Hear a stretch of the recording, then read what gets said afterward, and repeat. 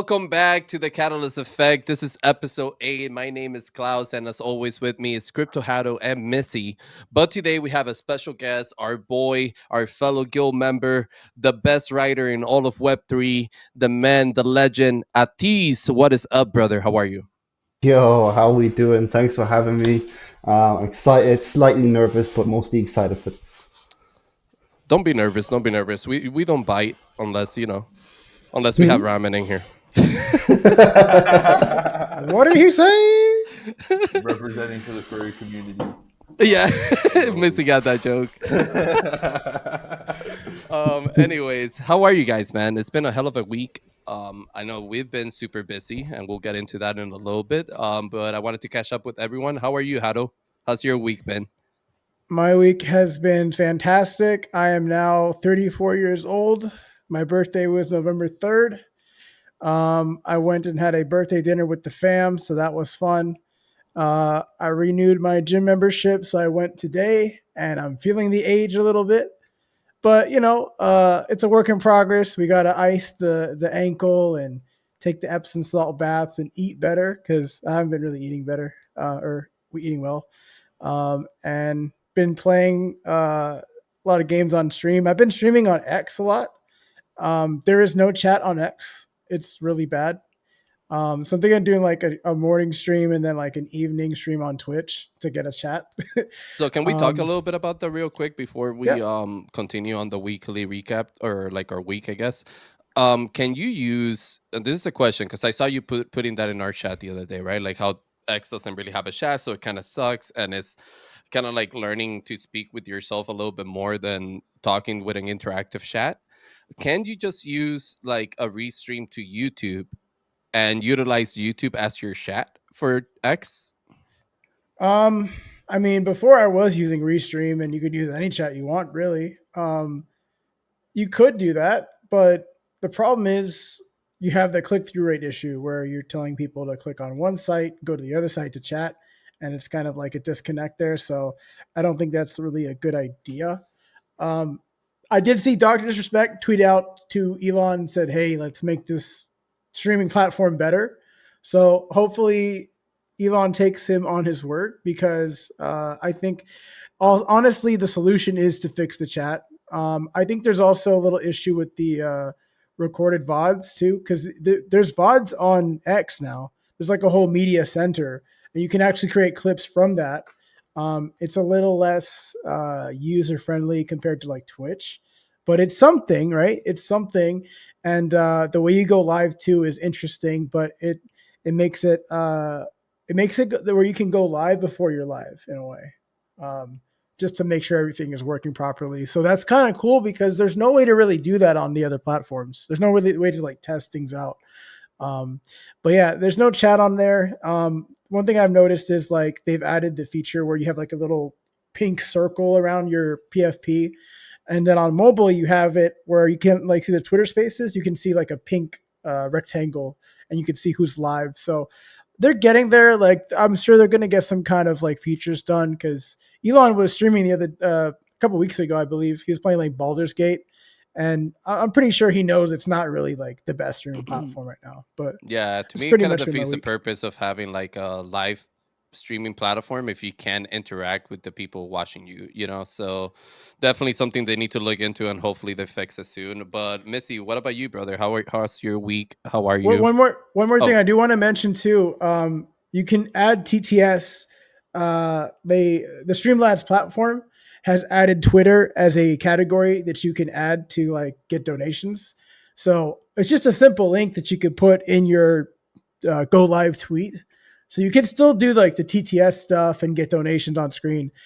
So you can still do alerts for X, but it's got a little bit of work to do. But sorry, Mizzy, go ahead. hey guys, remember to elevate your audio game with Riverside.fm. Clear recordings for your podcast made easy. Click in the link in the description to get started now. Oh no, it's all good, man. I was just falling asleep there. Just kidding, bro. Just kidding. Listen, man. Nah, bro, I'm good. I've been good. It's been a very, I wouldn't say chaotic, but it's been a very busy week as far as preparation and getting things in order, both with Catalyst and Paladins. We're going to be revealing something in this podcast that by the time we post it, it would have been out anyways. But it's been something that, you know, Addis and myself have been working on for quite some time. So I'm excited to dive in deeper on that later.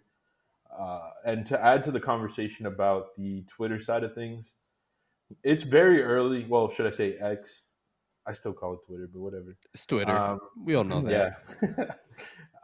To add to that side of things, I think that what I do like about, I'm on the fence with the whole Elon Musk thing. I know some people love him, some people hate him. I see his purpose within what we're doing, and I do see X as the clear leader as far as becoming like the Web3 place as far as social medias go. And I do think it's really cool to see him kind of experiment and test things out live. It's very building in public. It's very Web3 and how he handles it, where it's like, let me hop onto the stream and have everyone roast me for how bad it is so I can make it better, which is a really cool way of collecting feedback. So I think that played a lot into our decision in focusing more on X, despite everyone in our industry saying the opposite. Because we like to think, 3 to 5 years ahead. And I think that it would be pretty detrimental to Web3 currently if a platform like X were to shut down. So it's kind of like putting, all our money where our mouths is, right? We believe in the future of Web3, so why wouldn't we focus on building Web3 community? Yeah. And then for the rest of my week, we're going to be making a lot of announcements on both projects that I work with over the next 2 weeks. We're going to be having a lot of stuff coming up. A little alpha here. We will be announcing our official I guess you could say joint team with Paladins. Team. We're still playing around with the name, but it's leaning towards Team Virtuous, where some people from Catalyst and some people from Paladins are coming together to participate in tournaments within the ecosystem going forward. And we made a partnership with Paladins early on, and we always saw a future there with the fact that we at Catalyst focus more on content, but we do have a lot of people that are interested in esports and tournaments and things of that nature. So that's where our partnership with Paladins really fits in, and it would be really cool to kind of co-run a team because we do have a lot of synergy. So it'll be dope to see that come to life. Yeah, I think when it comes to that side of things, it totally makes sense to me because, like you said, right? I think anybody that has played video games or like is into playing video games, whether you're creating content or just playing casually, at some point you want to compete inside that video game, right? Like at some point you want to just test out your skills, see how you do, like play for fun in a tournament just to see if you were to, like, be one of the top players within that ecosystem or that bracket or whatever. But I think every gamers at one point experience like that competitive drive. So I think even though esports is not a focus, like a main focus for Catalyst, I agree with you. I think there's a lot of members that we have in our communities that do want to participate in that type of environment and that ecosystem. And having that partnership with Paddlein is just going to be that support system for that. They have a huge community that's heavily focused on esport. It makes total sense for us to continue to solidify our relationship with them by creating a team that we can promote by providing players for that team, but also just our network and our reach and our audience, right? And our ideas to create content, because I do still think that the way to make esports or anything related to esports more sustainable and more profitable is to create content around it, right? We need to be able to create storylines that are going to showcase our players or like the tournaments and the games that we're participating in, so that we can bring visibility to this quote unquote tournaments, right? So that they can become sustainable to a point that it can be a long lasting thing that we can produce for the space. And I also want to add to that too. What we have in our side of things is we have a lot of people with personality, and that's a lot of thing that esports is lacking overall, in my opinion. Is like the Yep. lack of personality. There are some orgs that have people that are just goofballs and very very outgoing and stuff, but then there are some players that are just top of their game and they have nothing to say. They have nothing to add at all. So that's kind of Yeah. like the cross pollination with what we got going on here. And it happens across all environments, right? Like it happens all across the esport environment, whether it's web 2, web 3, doesn't matter. And I agree with you 100%. Like even when you look at traditional players like Mango, right? Like a Smash Pro player, whatever, right? I know he plays other fighting games, but that's what he's most recently known for. But Mango, for example, just recently started being more of a talent, right? More of a personality in front of the camera. Like up until this point, I knew Mango only on stage, and I saw him. He had personality in stage. He would do his thing, like with banter or whatever. But he was just an esport player in my mind up to this point. And just recently, I saw him making more content, going more on podcasts, going more on becoming more of a personality for Cloud9. You get me? And being in front of that camera, right, and creating that content. And I think a lot more orgs are starting to notice that that's what it takes to be, again, sustainable and profitable as a team, as an org in esports. Hey, you watching this video right now, come closer. I got a secret for you guys. When it comes to content creation, music is everything in your videos. And if you're looking for the right music to add to your video, you may be kind of overwhelmed with your options. You might be tired of getting copyright strikes on your videos because YouTube is very unfavorable to those kind of things. Well, boy, do I have the solution for you. Head on over to pro.splashmusic.com. You can generate AI music with text prompts. That's right, you can type words like, I want heavy drums and bass. Here we have samples. Remember guys, head on over to pro.splashmusic.com. Use my promo code HODOFREE to get your first month off, and happy music making with AI. Absolutely. I was actually watching the BlizzCon. There was like a guild clash for World of Warcraft. They had like a quick tournament. It was an esports thing, obviously, and it was really interesting because there's like a new generation of gamers that are, competitive esports players compared to when I was growing up watching it a lot. And there's this one guy that, I'm a big fan of that's on Team Liquid. His name is Sea and he, in my opinion, was probably the biggest personality remaining towards, the semifinals. And you just saw the viewership he ended up losing in the semifinals, and you saw the viewership drastically just kind of going down because once Sidu was out, it was kind of hard to care. Yeah. Yeah. I love the sport itself. I love WoW arenas, so I still kept watching. But by the time we got to the finals, there was one personality there that's pretty big. His name is Waz. So some people were interested in that, but his name still, like, to the average WoW esports fan, won't be as big as like Sidu. Busy, let me ask you a question. Because I know you were a big WoW head back in the day. I forgot the guy's name. I think his name is Sony. He was basically saying that the new meta in WoW is WoW Classic Plus or whatever. Yep. Are you going to go back into that world at all? I am definitely going to be playing WoW. I'm going to be creating a lot of content around it, just because I think one of the communities that hates NFT the most is WoW. And you know me, I'm not one to shy away from the smoke. I don't really give a fuck. So I would like to be almost like a heel within that community. If you're used to wrestling and stuff like that, there's always like a heel, the guy that pisses everyone off. I could see myself playing a role where I really piss people off because I'm like Web3 leaning, but obviously I'm sitting here playing WoW still. I see confrontation and things like that, friction, actually being really vital to growing the space. You have to be willing to take the smoke, piss people off. And I know that if I really wanted to, I could be a top player again, because it's not the kind of game like Call of Duty, in my opinion, where you have to have like insane reflexes. I think WoW is the kind of game that you can get a lot done with just strategy. So it's not something where I really want to become like a top, esports player or something. But I think that with our network and with our community, it would be quite easy to build some sort of community within that game. And the way to really do that is to just experiment with the different stuff they have coming out.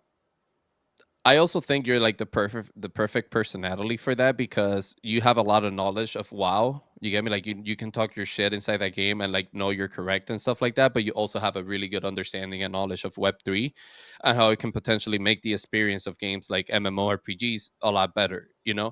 So I think you have a good chance that like you said, getting into confrontation and building the base within their ecosystem, but also convincing a lot of people as to why blockchain can make it better, and like bridging that gap, and vice versa. Like there may be chances where you're right, like blockchain wouldn't apply here for this instance, and wow, but they could do this and that instead, and it could be potentially more rewarding to players, you know? I mean, Like, think about like what we talked about with DJ Legends, where they're like Yeah, showing that it's like a free to play, not a free to play, a play to earn game, right? Like I can see Mizzy like talking shit in that regard. yeah, yeah, exactly. and it's a game that's still very dear to my heart. It's a game that I'll never fully ever stop playing. Right now, the reason I'm not running to it is because we have business to take care of at Catalyst, business to take care of at Paladins, and we've been really focused on laying foundations, and making sure that we have a future to build around. But once we get to the point that we have more systems in place and there's more consistency with all the work that we're doing, because we've recently discovered what we really are at Catalyst, which has been exciting. And now we're putting all the foundational aspects of the business in place to be able to scale, right? Um, Absolutely. Once we get to that point where it's like, okay, I kind of have a routine around the work that I'm doing at Catalyst and Paladins, it's easier for me to look at my schedule and say, hey, I'll play WoW for 8 hours on Saturday and then create content around what I'm doing and stuff like that. Because, go ahead. Quick question: will you stream it? So I want to stream, but I want to, me, I'm kind of a showman. So I won't say that I'm going to stream all of it. I will stream certain moments. I think that an artist I take a lot of inspiration from is Frank Ocean. And the reason I'll say that is because, not in certain ways, but Hey let's yo! get that out now. No offense to him, but I love how elusive he is, where he'll go for like a year without making a live performance, and then but when he decides to do a live performance, everyone shows up. Um, I think with my work schedule and how dedicated I am to pushing operations and the things that I'm involved in, I don't see myself being like you, Hado, that's like morning stream, night stream, and I think that's incredible. It's nothing that I would ever judge. I see myself as the guy that streams maybe once every couple of months, but makes it like a Super Bowl event for himself. Like maybe only 10 people show up, but I treat it like the whole world is going to show up. And I think that's where I really see myself as a streamer, because it would be Yeah, a lot more fun for me that way. yeah, I gotta say I agree with that because I really do think that there's only certain people that can be like a daily streamer type of like streamer, you know, like it takes a certain type of like personality to be able to do that and like drive to want to do it every Lunatic. single day. Yeah, I guess lunatic you could say. I don't know. You just have to really enjoy it and want to be like constantly talking to people that way, you know. I agree with missing the point that I see myself personally as well, just making more like streams every so often than rather than doing it like every day type of thing as a career. Just because I'm not that type of entertainer, you know, I much rather have like take my time in recording like whatever content I want to do and make sure I do my skits and like my type of content than being in a camera like live trying to entertain the people that are in my chat, you know. I think that takes a certain type of drive. It takes a certain type of personality, a certain type of like entertainment value. Let me give you some tips. All right, Donald Trump, go for it. Folks, you gotta do this. Trust me. Take lots of Adderall. All the top streamers do it, folks. They all do it. I personally don't dabble in that because it's not my cup of tea. But I will say I like drinking a cup of coffee, and then I can't control how fast I speak, and things just come out. And sometimes it's good, sometimes it's controversial. I say a lot of things, folks. And yeah, drink lots of coffee, 1 or 2 cups, and that's how you can get yourself kind of giddy and like I gotta talk, I gotta talk, I gotta play, stuff like that. So that's kind of what I do. But I've also seen other streamers do um, cocaine. So that's another thing that people do. I don't know. I don't know if Not any of this saying to do advice. that, I don't know if but any of this advice is good advice, but it's going somewhere. you have to be high He's on trying to life, keep it. and you have to be high on life if you want to stream every single day. Because trust me, it's going to get tiring, and you're going to run out of ideas quick. So you need the brain to think quicker than the stream is thinking, and you have like you got to understand too. The duration of the stream really matters too, because if you're going to stream for like 8 hours a day, you have to have some kind of game plan going into that. If you just turn on the camera, go live, and then you're like, it's hour 3, and just like, kind of just looking around, staring into space, you're gonna lose like the attention that you have, right? And a shout outs to XQC. I don't know how the hell that guy does it for 12 hours a day playing Minecraft. He has a lot of chatters, and people are always like making fun of him and roasting him. So maybe that helps to have like an active chat to keep like making you like motivated to like tell them to shut the hell up. But streaming every day is not for everyone. And I really like what Mizzy's saying. Like it's kind of gives like the scarcity of content, and you can kind of deliver on a different kind of note where you're like, hey, this is like the Mizzy event, and people are going to show up. Mizzy, you think 10 people? I think a lot of people are going to show up because every time you tweet, that shit goes viral, like in our space. So I think you can Yeah. give yourself a little bit more credit. Listen to Hado. He did a subathon that lasted like almost True. 2 months, and this man knows what he's talking about when it comes to live streaming. But before we continue with this conversation, which I love, let me check on my man Atis. How's your week been, man? What is going on in your world? What is happening? Yeah, I've been good. As Mizzy said earlier, worked on the OG with them. I am super excited for people to see it. I think it's something that will revolutionize the way Substack is used currently. Like we currently see a lot of people do kind of like newsletter or news bulletin style Substacks where you have maybe like 3 to 5 minutes of read time. You've got a couple of few paragraphs, couple of few notes. Um, but I think this is where we're going to change it up a bit. And for later in the conversation as we go through it, it's something that me as a gamer I would be excited about seeing. Mizzy talks a lot about creating future nostalgia, and this is something we really try to capture with this. Um, yeah, I mean, apart from that, we've done great. One thing I wanted to ask Mizzy on the World of Warcraft stream is, with the VTuber, what do you think the response would be like when you stream with a VTuber to a WoW audience? Ooh, do Um, they hate VTubers? I fully expect to be roasted. I fully expect to be hated. And I think that's great. I think that's necessary. I think in order for me to show my friends and the communities that I have the privilege of being a part of that I truly am the fearless motherfucker I always say I am, I have to actually, consistently prove it.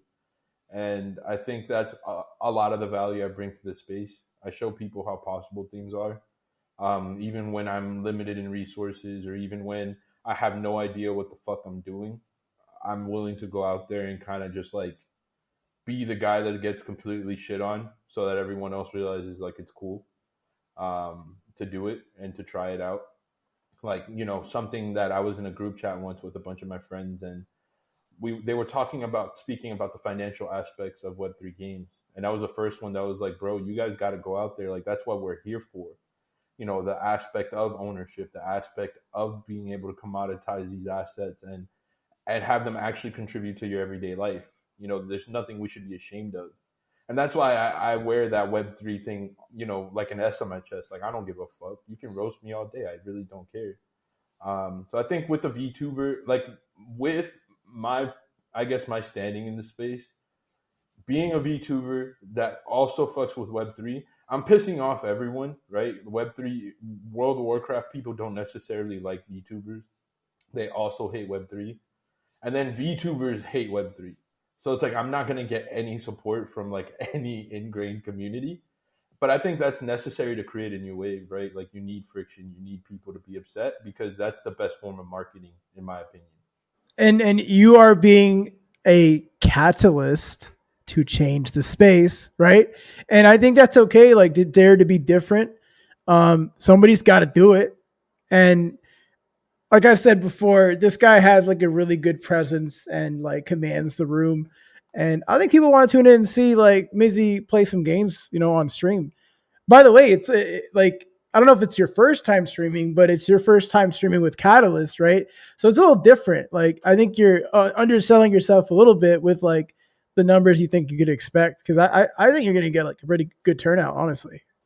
Honestly, it would be great, but ultimately, I'm okay with lower numbers in the beginning because it would be my first time streaming ever. So I think that would be a lot to undertake for a first time experience. But ultimately, like I said, I think the way I would always do streaming or handle any type of live audience is treating it like a personal Super Bowl where I can make it special for the people taking time out to watch it and play with the audience as much as possible. And for me, I'm someone that really vibes off of other people. So to have even a few people in chat, I know would instantly make me a lot more entertaining because I'm pretty witty with like comebacks and being able to like, go back and forth with people, start little arguments and have fun. So I think that's like really, really important for that. But yeah, I'm ready for the smoke, man. I'm ready to get shit on. I'm ready to be made fun of. Like I'm excited for it.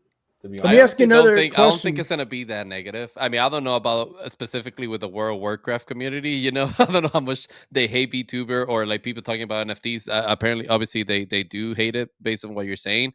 But as far as like overall, like the sentiment, I think people are gonna fuck with your VTuber, man. I think it's becoming more normalized in the live streaming space.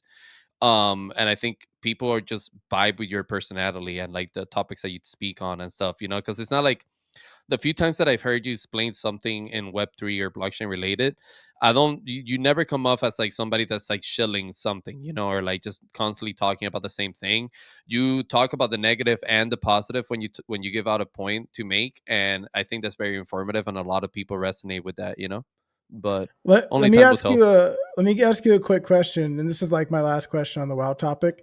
Are you going to be making a guild within the WoW Of game? course, yeah, of course, and it's gonna be Catalyst.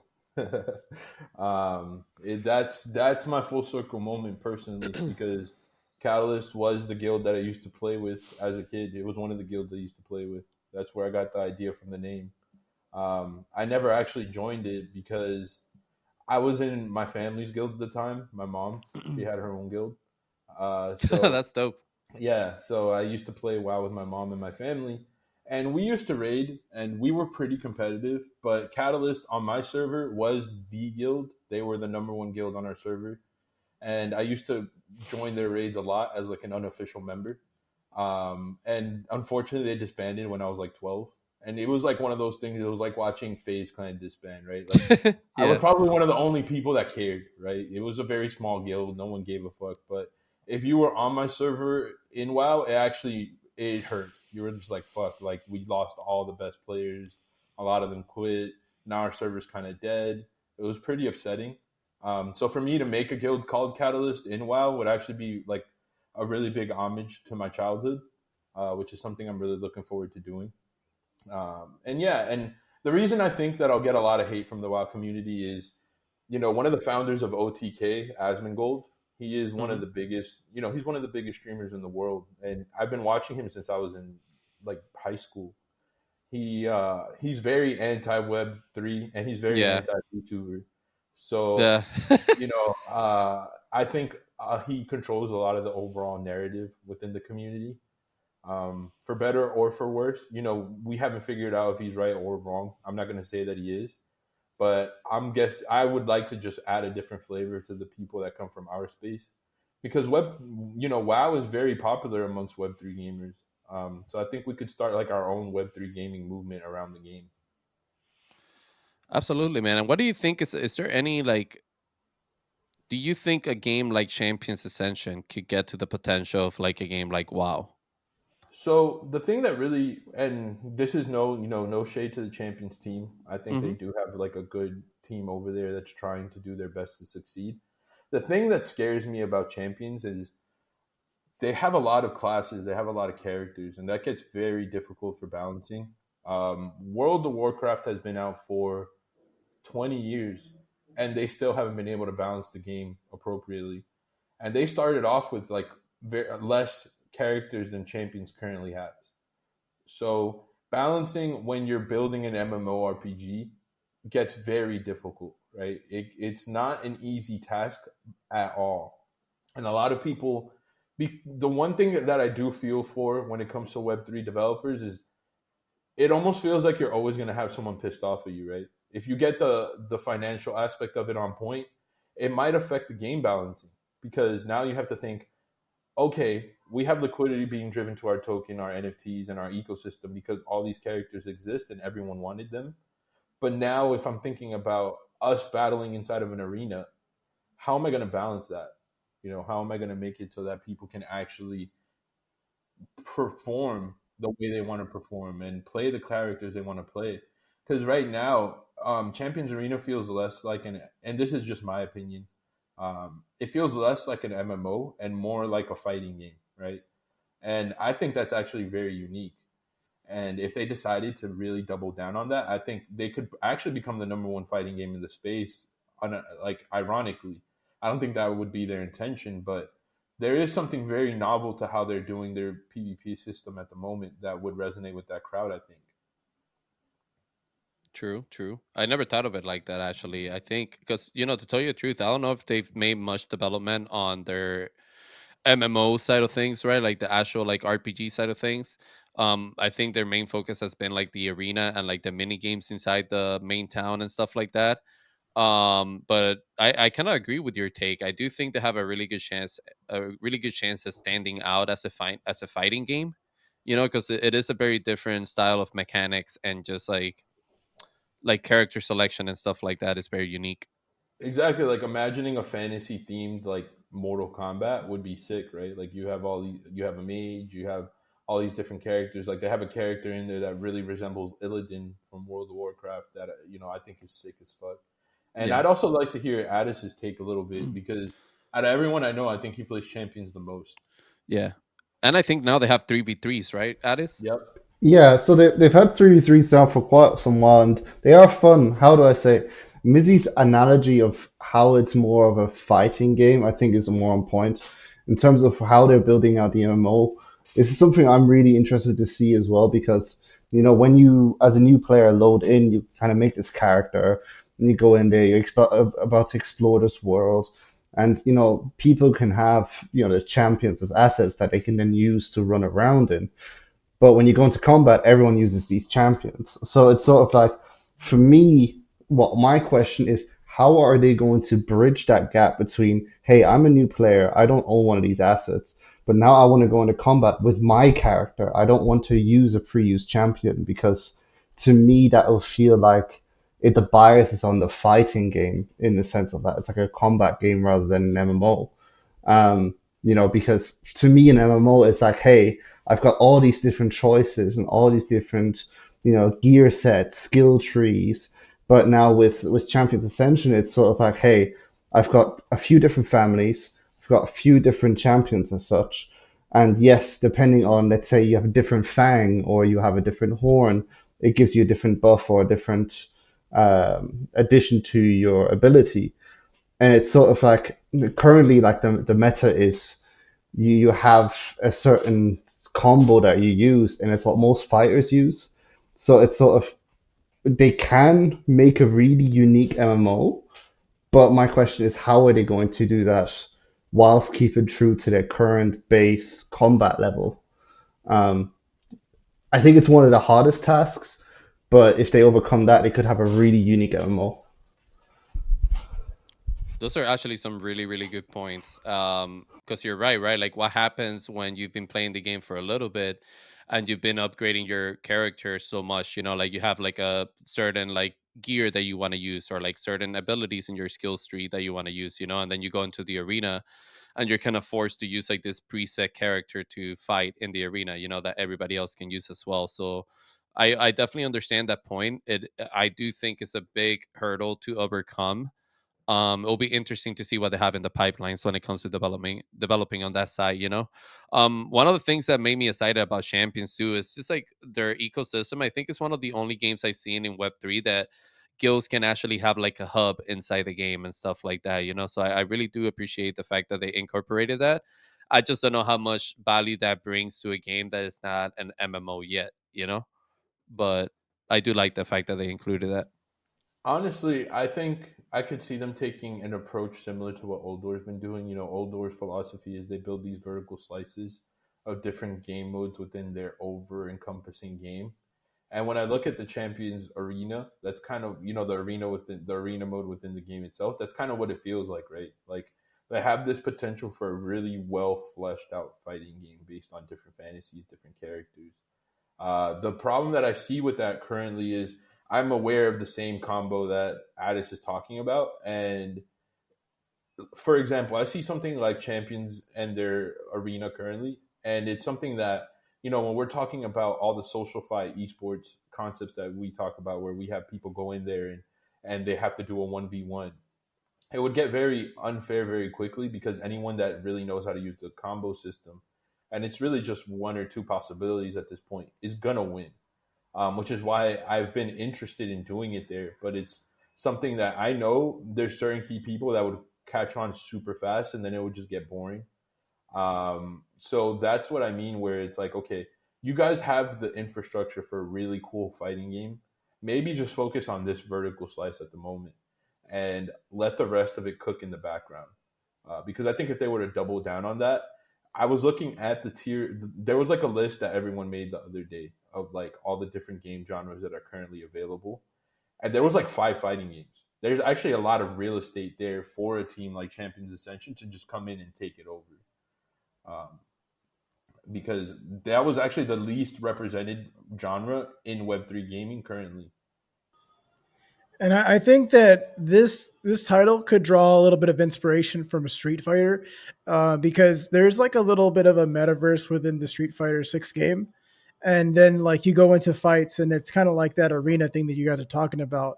But there's also like a social area where you can like roam around and stuff. It's way more smaller than what I think that Champions has, right? It's like kind of a circular room, right? But there are hallways that lead to nowhere, and I'm wondering, are they going to build out like you to roam out into the real world and like do more stuff, right? And Champions kind of sounds like they're doing the same thing, where you have this arena where you fight, and then you also have this like social area where you can walk around and interact with things and stuff. And I think over time, like it'll get like better and more places you can walk around and stuff. So I think that's how they could build it out. Another thing I want to mention, they have like a poster, and on that poster it has like a list of different guilds, or not, they don't use the word guild. It's more like fight clubs, right? And I think that they could draw inspiration where they have like a flyer and it's like join our club or join our guild or whatever, and then you could like join from the poster itself, and you could be a guild that posts that, and they could find some way to monetize that with the NFTs and stuff. So I think they should draw inspiration from some Web2 titles, and they could probably bid out their kind of metaverse they want to build out. Yeah, that's a good point too, man. That's a good point. Absolutely. I think they have a lot of things they can do within their town and ecosystem. It's a work in progress, definitely. I would like to, continue to see them put more changes. If the focus is going to be the arena now, I think the route that they've been taking recently, where they're incorporating like new game modes, new party systems inside the arena, bring back more events like Big Sally, stuff like that. Will keep the crowd and users entertained until the game is further developed and has more like interactions and integrations in it.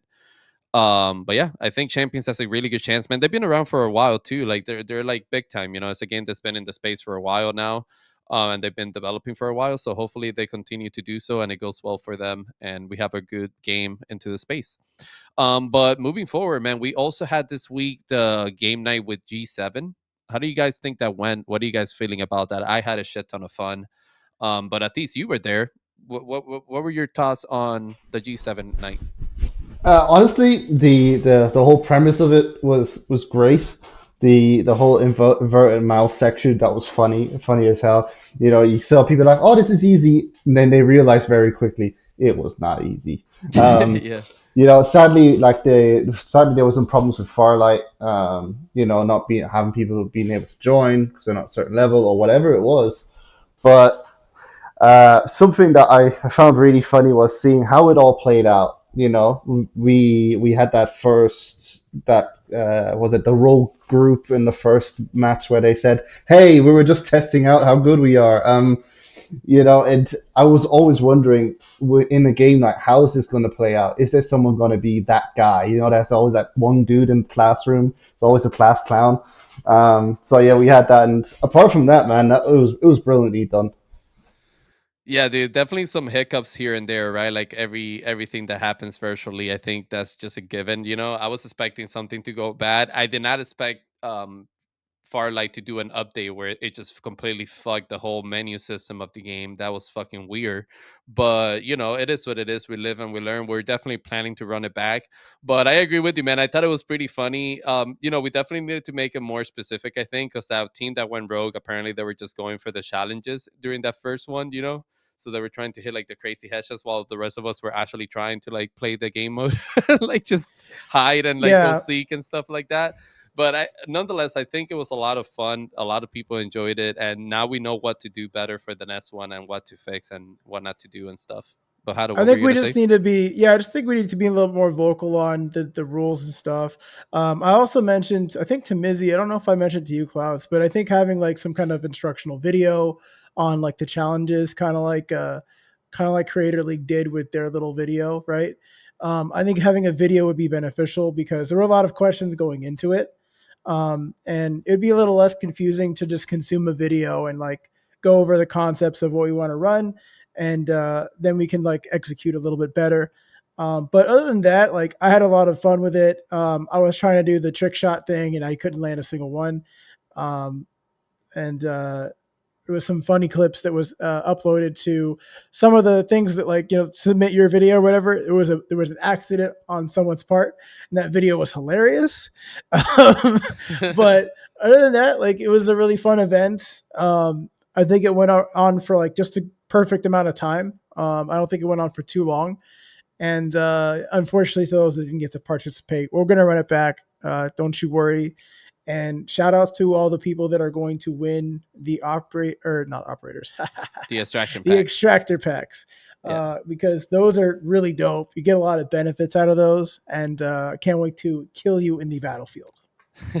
Absolutely. Missy, what were your thoughts, man? Because you put a lot of effort into this event. You were the one working more closely with G7 in the back of the house, So what were your thoughts with the whole event, the whole experience?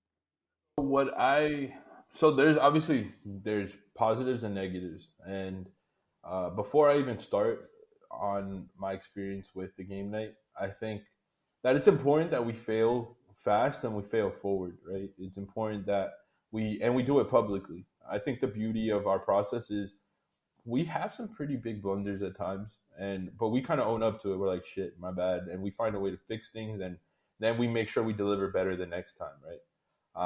And what I love about the G7 event was we didn't try to make it perfect off the bat. We put together a few game modes that we thought would be cool. We had no idea how it was going to go.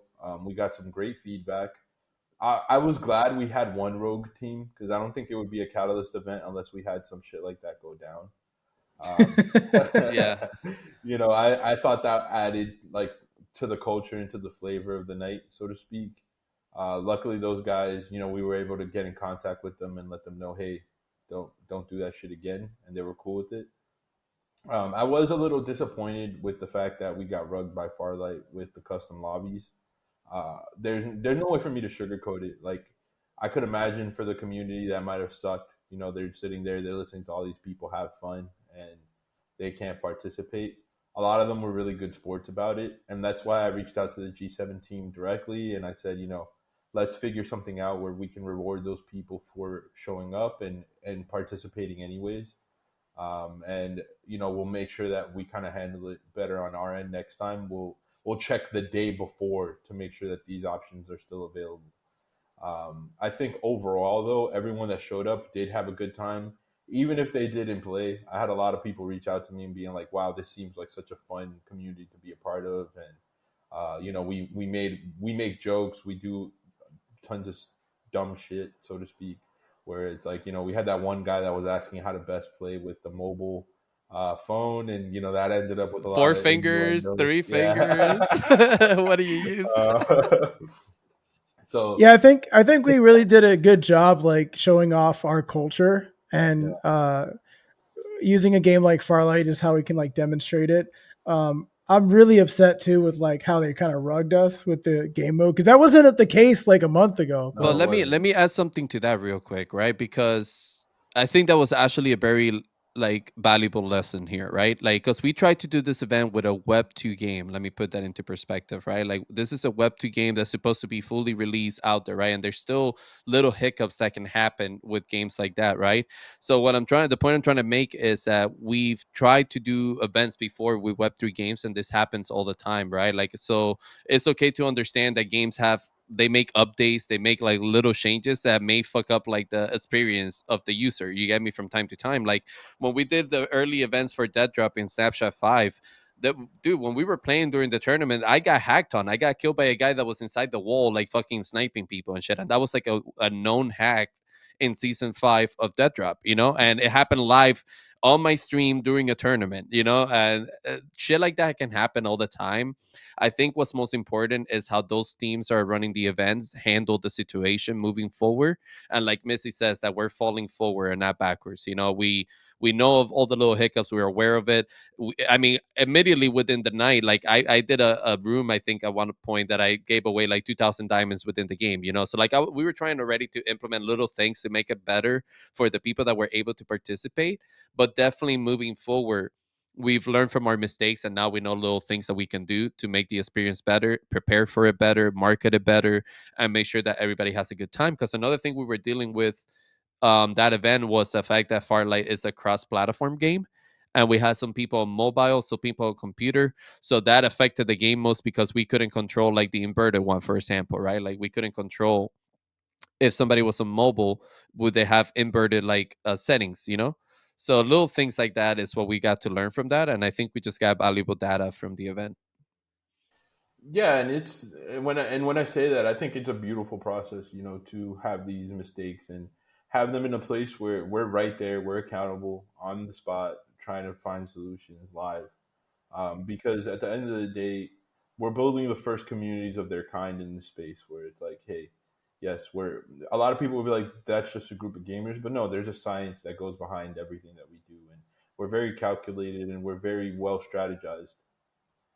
I'm also really proud of our community, man, and just the community that we've been able to foster, because I want to make it clear that nobody in that game night was upset or like calling shit out, like, oh, this shit sucks. So everybody was being super friendly, asking valuable questions in the chat on how to get help. I saw Sarah from G7 helping out in the chat. Like, I mean, everybody was a great sport when it came to like the game night. So I really do appreciate the G7 community and the Catalyst community for being good sports about it, and honestly just providing feedback on how to make it better. I'm just pulling a Twitter space moment right here. I'm raising my hand. So I do want to shout out Damien, who made a fantastic video to like kind of recap the whole event. He took clips from people, he even took clips from me where I punched him. For him to put that in the video, that's badass. Because like I know in the real time that must have sucked. For him to put that as a good moment for the entire event. Shout outs to you, Damien, for doing a great job on that video. I really like that you mentioned that, Hardo. It's like, the dancing in that video killed me. That was like, oh yeah, okay, this is the Dude, vibe.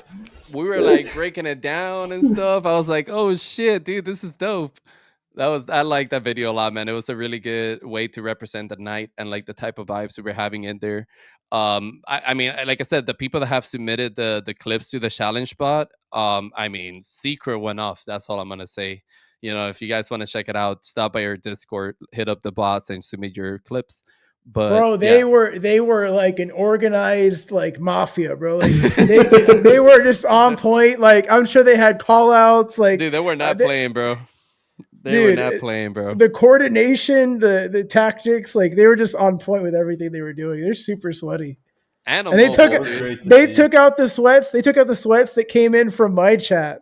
Right? So like it was sweat on sweat crime and they outsweated them, bro. It was Oh great. yeah, that other squad. Yeah, dude, that other squad got ganked on, and they were just like, nope.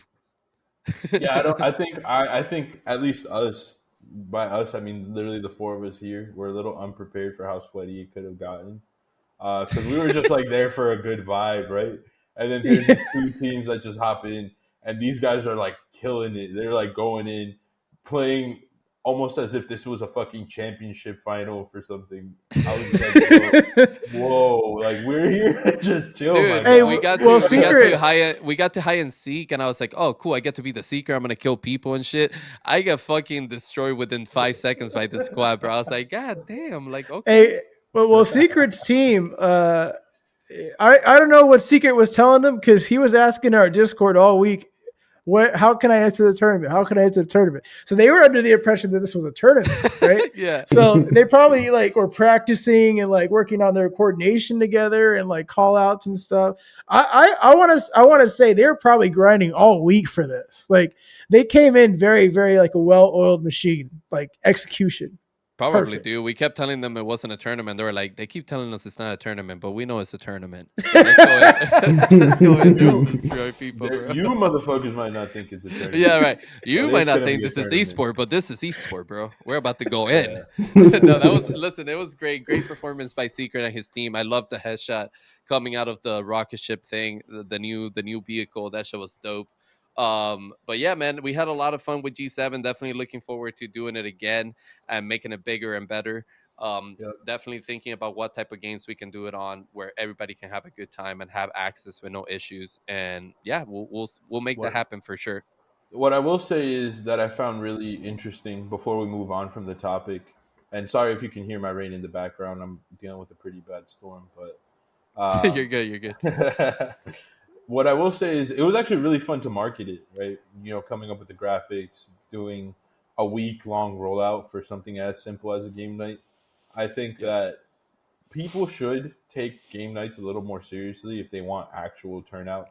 At one point we had and I think for any game night in Web3, that's a huge win. We had 25 people in there that were ready to go in. And this is, without us making any, this isn't a tournament, right? This is a game night. This is us saying, hey, there's going to be some rewards. But it wasn't like we were really shilling the rewards. We didn't even announce that there were going to be rewards until the night before. So I think handling game nights in a way where it feels more like you're going to a really cool event than just, oh, here's a game night. Let's get together and play some games. Even if it's 20 to 25 people, that's what starts movements, right? Because then the next time it's going to be 30 people, and then the time after that is going to be 35 people. Then maybe it takes us a backseat, and the week after you only get 18, but then the week after that you get 40. That's how these things work, right? It's Yeah. no one's And going to I know you're doing something cool unless you actually let them know that you're doing something cool. I And having completely I people, completely stand behind that too, man. I'm sorry, how I didn't mean to cut you off. I just wanted to add real quick that as a creator or just as a brand, like us, we're not just creators, we're like a brand, right? At this point with Catalyst, it's our duty to create like content that's going to bring value to the brands that we're working with and the partnerships we're creating, but also add on to the space, right? Like it would have been really easy for us to say like to G7, you know what? Yeah, we're gonna make one Twitter post and then we're gonna create a random game night in a random day and that's it, right? To take the time to do a week long marketing campaign shows how serious we're willing to take like something like a game night with a community like G7 to add on to their community, but also add on to our space, right? Like, and take it seriously, like with the promotion, with the content we're going to produce.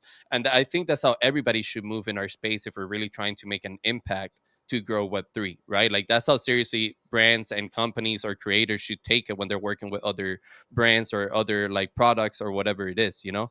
Don't just do like a one post type of thing, roll it out the right way, promote it the right way, and make the most impact you can make with that promotion.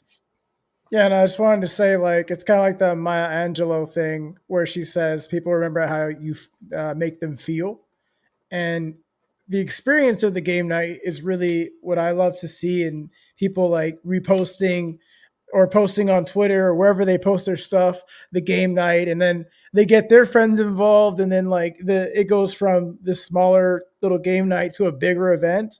And that's what you're talking about, Mizzy, where you're talking about we go from 25 to 30 and then maybe go down some numbers because of whatever reason. We go up again because those 18 people share their experience, and then they're like, yo, we got to get our friends in this or whatever. So as long as experience is like something they can treasure and like they want to share it, that's where we're going to keep growing and growing. And I think that's what Mitzi's kind of alluding to, is like you got to have that experience being shared. And when people get that experience being shared, they're going to want to bring in more people. It just drives me crazy because everyone in our space talks about mass adoption. You can't even get 50 people to show up to a game night regularly without Yeah. without needing to almost bait them with begging them to be like, hey, here's money, come please visit us. You need, no, man, you can't do mass adoption by bribing people. You have to actually drive adoption because people want to show up regardless of what's going to be there. It has to be something that, how can you create mass adoption if you can't even get 50 people from your own community to pull up? And we need to be able to convert 100 people to want to come to an event before we can think about the next billion. Yeah. Like people line up outside of Nike to get the freshest drop without even knowing if they're gonna get to that drop. Exactly. Like people camp out just to get the chance to get the drop. They don't camp out knowing that they're going to get the shoe. And that's the I'd type of love fandom that I think people need to recreate. I'd love your take on this type of stuff, Addis. It's so like one thing that is very important I see is creating that culture, which is something that we all talk about quite a lot, and where to your point of incentivizing communities, I think what because we're in such a hyper financialized ecosystem, the always the default is to say, hey, here's a giveaway, but what does that truly do to a person? Are they there for the money, or are they there to actually play and have a good time and be part of what it is that you're doing? And so finding ways to make it different, like something that I really enjoyed about the game night G7 was it felt like it was just a huge group of friends coming together playing. It wasn't like a hey, this is like a tiered called it kind of thing where you had Clouds the announcer, telling down to everyone saying, hey, this is how it is, and then people kind of playing and doing their thing. No, there was 20 people in the voice chat just vibing out. Everyone's having a laugh. Everyone's gotten their space to talk, and it's something you can build upon it. That's what makes something I think special. Whereas if you, for example, let's say if we would have said, hey, at the end of the night, there's going to be someone who wins $150. It's just that anticipation for that moment the whole way through that people will be like, oh, I have to act right. I have to do this. And it changes how they act. But because of how it's done and how the culture is formed inside a Catalyst game nights, it's something what I think makes it special. And yes, you may have lesser numbers, but what you build is higher purity. And having higher purity is always quality over quantity every time, in my opinion.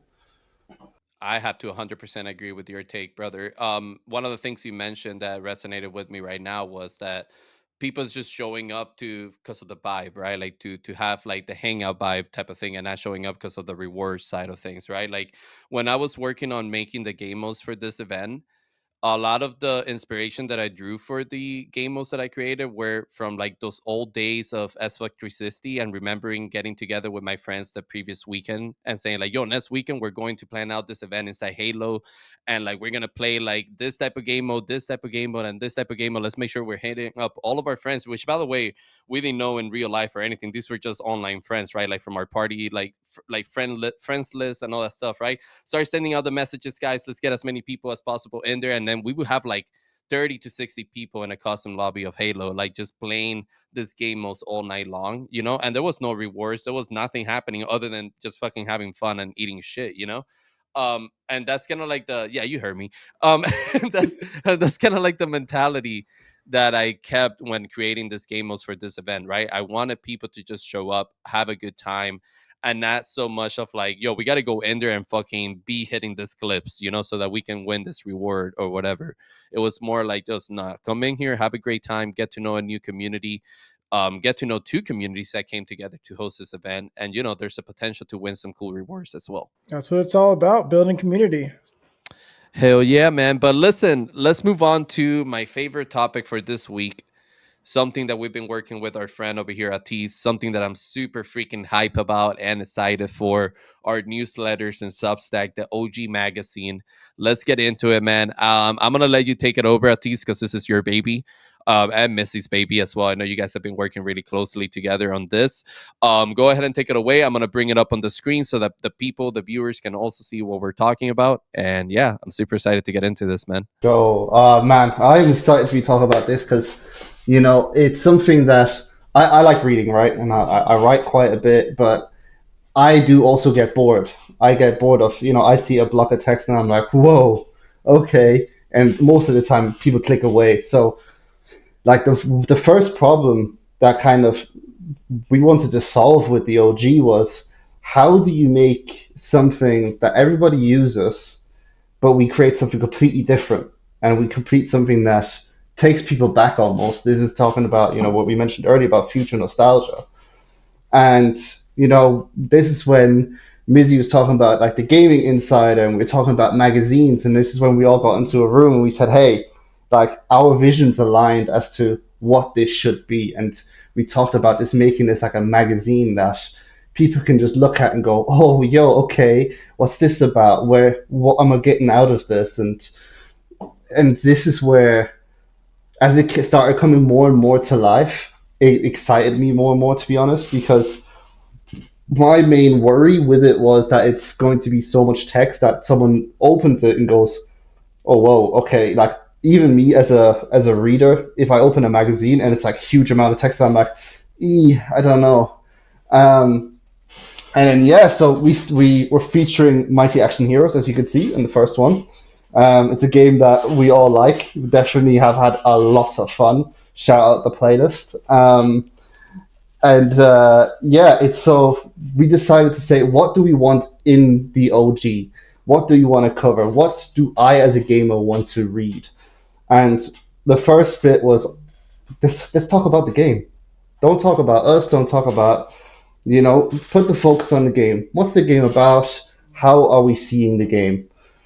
And this is where I believe it was Mizzy who said, "Hey, let's put a tip in there. Let's see what we can do. Like we as gamers, I remember going and opening magazines and."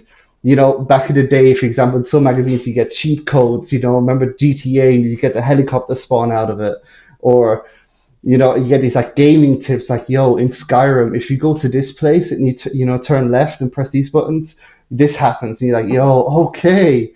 And this is what then end up creating the OG tip. This is what we want to do to kind of put across like, hey, do this one thing and we'll improve your game. And as we get more into these games, um, I'm looking forward to kind of building upon that and seeing what we can make happen. Like I could see, for example, someone like Clouds finding a glitch that ends up making something hilarious happen inside of a game and be like, yo, we need to put that in there because we want people to see this. Um, and it's like, yeah, okay, we might be pointing out on the flaw in the game, but that's what, how do I say, viral culture, I think, was also based upon, right? Um, Everyone knows the helicopter cheat code in GTA. Why? Because, man, everyone used it. Um, so yeah, I don't know, Mizzy. Do you want to take? Dude, hold on a second, because there was so much information that just happened right now, and I'm so fucking excited for all of it. So before we get more deep into this newsletters, right? Because we're gonna go down the newsletter and go session by session.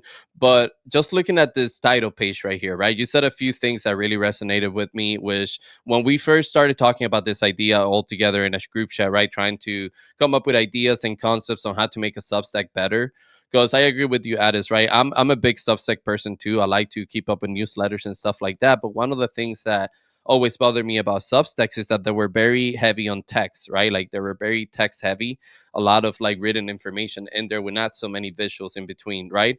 And that's something that right away we all identified that we wanted to do differently, right? And when you mentioned magazines like Game Informer, which I used to be a huge collector of, and I love that magazine, right? it I find a lot of similarities in our OG magazine to Game Informer, right? Because Game Informer was very heavy on graphics, right? And every page that you turn into Game Informer had a lot of graphics in it with text added about those graphics, right? But what caught your eye the first time and what caught your attention the first time were those graphics, right? So I remember when I used to get my Game Informer and open it up, I would scroll to the pages until I found that graphic that really like caught my attention, and then I would zoom in into that graphic, and that's when I would read whatever paragraph was right below it and find out a little bit more about it, right?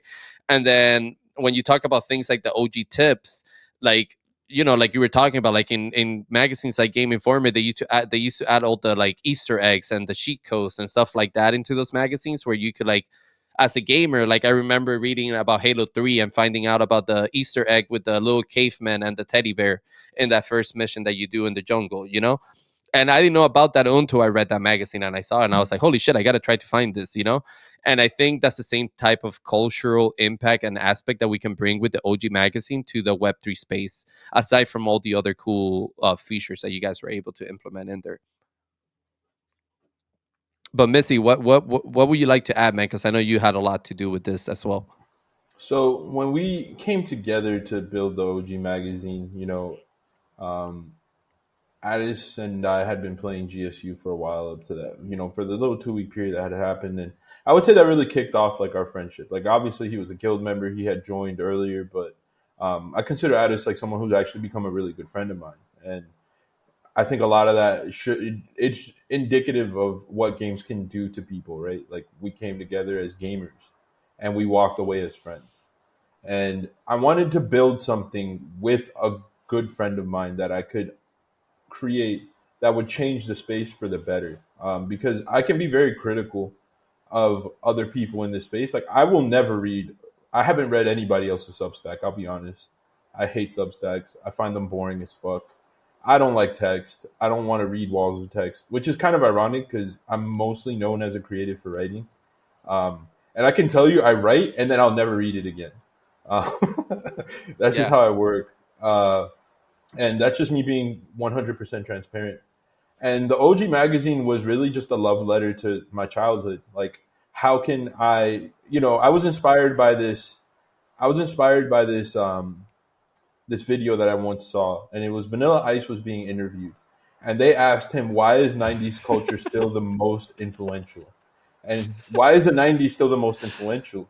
And he's like, because it was the last generation with culture. Hell yeah. And why is the early thousands? The question was, why is the '90s and the early thousands still the most influential? And he's like, it was the last generation with culture. Like, you guys don't have that today. All you guys have is like your pixels and your social media and your warmongering and your bullshit. But the last time shit felt really cool was the '90s and the early Yep. thousands. And then I started to feel really bad for the kids of this generation because I'm sitting there like, damn, these little motherfuckers don't have any culture. Like, that sucks because it's true. They do to an extent where, like, I see my niece playing Roblox with her friends, and that's culture to them.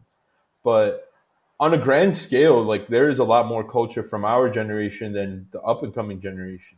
Do you So think it's because culture is repeating itself at some extent? I And do, what I and mean even is that people are bringing back things the from same previous trend. cultures and Yep. like different generations that are trending now.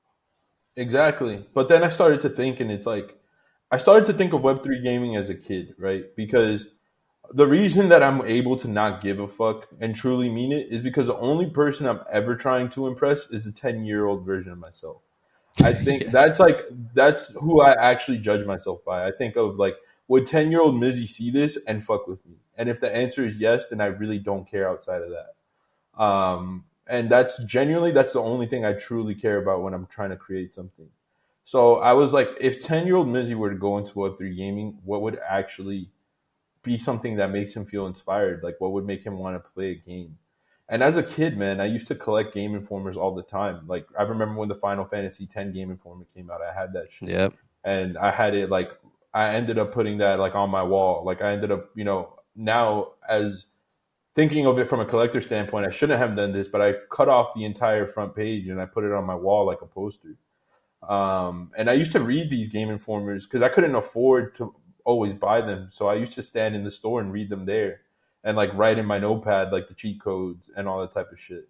So, Yep. for me, Game Informer is a very sentimental part of my childhood where it was like I always wanted to perform at a high level as a gamer. But was not the kind of kid that just could buy every Game Informer out there. Like, I had to finesse my way through the store, and like fucking, we didn't have phone cameras or anything like that back then. So I actually had to write the fucking tips down. And I wanted to create that for the kid. I look at Kobe and his son. Like, I would want this to be something that Kobe's son could read and be like, Mighty Action Heroes actually seems pretty cool. Like, I wouldn't mind trying this. Yeah. Or even So Cyber's son with, him saying that he exactly. loves watching the Farlight videos. Having something like this, like could be So potentially. creating something that those kids could get into Web3 and see, like, holy shit, there's actual like culture here. They won't call it culture, but that's what it is, right? It's this thing that I can dive into and resonate with and learn about games, or see the cool art that they have, and it's like a picture book. So for me, it was all, how do I write a love letter to the 10-year-old version of myself? And then how do I work with the person I think in the space is the best to do it with? And that would be Addis, because, he writes game reviews like at a feverish pace. He does the trailers because they're reminiscent of his childhood. So there's a lot of nostalgia in here, but I want to create nostalgia for future generations. So it is like repurposing what Game Informer did, but there is nothing like it for this generation. So somebody's got to do it. Um, the biggest challenge we had in the beginning is Game Informers. Like if you read Game Informer, I know everyone here has, but for those that haven't, traditional Game Informer magazines are usually based on like a monthly issue where it's like they cover all the games that are going on, all the upcoming releases. It was like the original Twitter, right, for us as gamers. And that would be very difficult to capture in a Substack in today's day and age because we're all used to short form content. We don't want Yeah. to read very long. So the problem that we solved with it is we have to make each edition is just based on one game, and we try to make it look as cool as possible. So it's different from Game Informer in that perspective, where it's just focused on one game at a time. But we try to do our best to like keep it short and sweet because we know people aren't going to read like 3,000 words of text. But make sure that we deliver enough value that it leaves a lasting impact. Well, let me go ahead and scroll down a little bit so we can give an idea to the viewers of what they can expect inside the OG magazine. So we go down the first page after the cover, and then we see like the first page, which is talking a little bit about the game that we're gonna cover, right? Yes, sir. So this is like you said, it's that first. I wanted to really capture that first graphic that captures you and goes, oh, okay. And it's like Catus jumps into the action and having that actiony character, and shout out Mizzy for making this amazing AI art. It is something like, oh, hey, this is we're jumping into this game, we're setting the scene, this is what's happening. Let's talk about the game a bit and talk what we found about the game. Um, so it's like, bringing it back to what Mizzy said earlier, is I don't see anyone doing magazines now.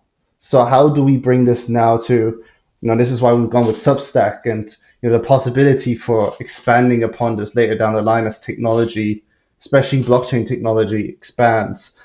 The vision of this is like I could see myself sitting there, on my phone, opening my OG issue, flipping through it, go, okay, yeah, this has captured me. Okay, what's game this is about? Okay, and we wanted to make sure everything is themed around the game itself. So there's a mixture of Catalyst culture and Mighty Action Heroes in this one. If you look at the character takes the Mighty Action Hero, but with the Catalyst twist from, I think, what you would closest describe to maybe like a Gorilla's character. Um, and yeah, so this sets a scene.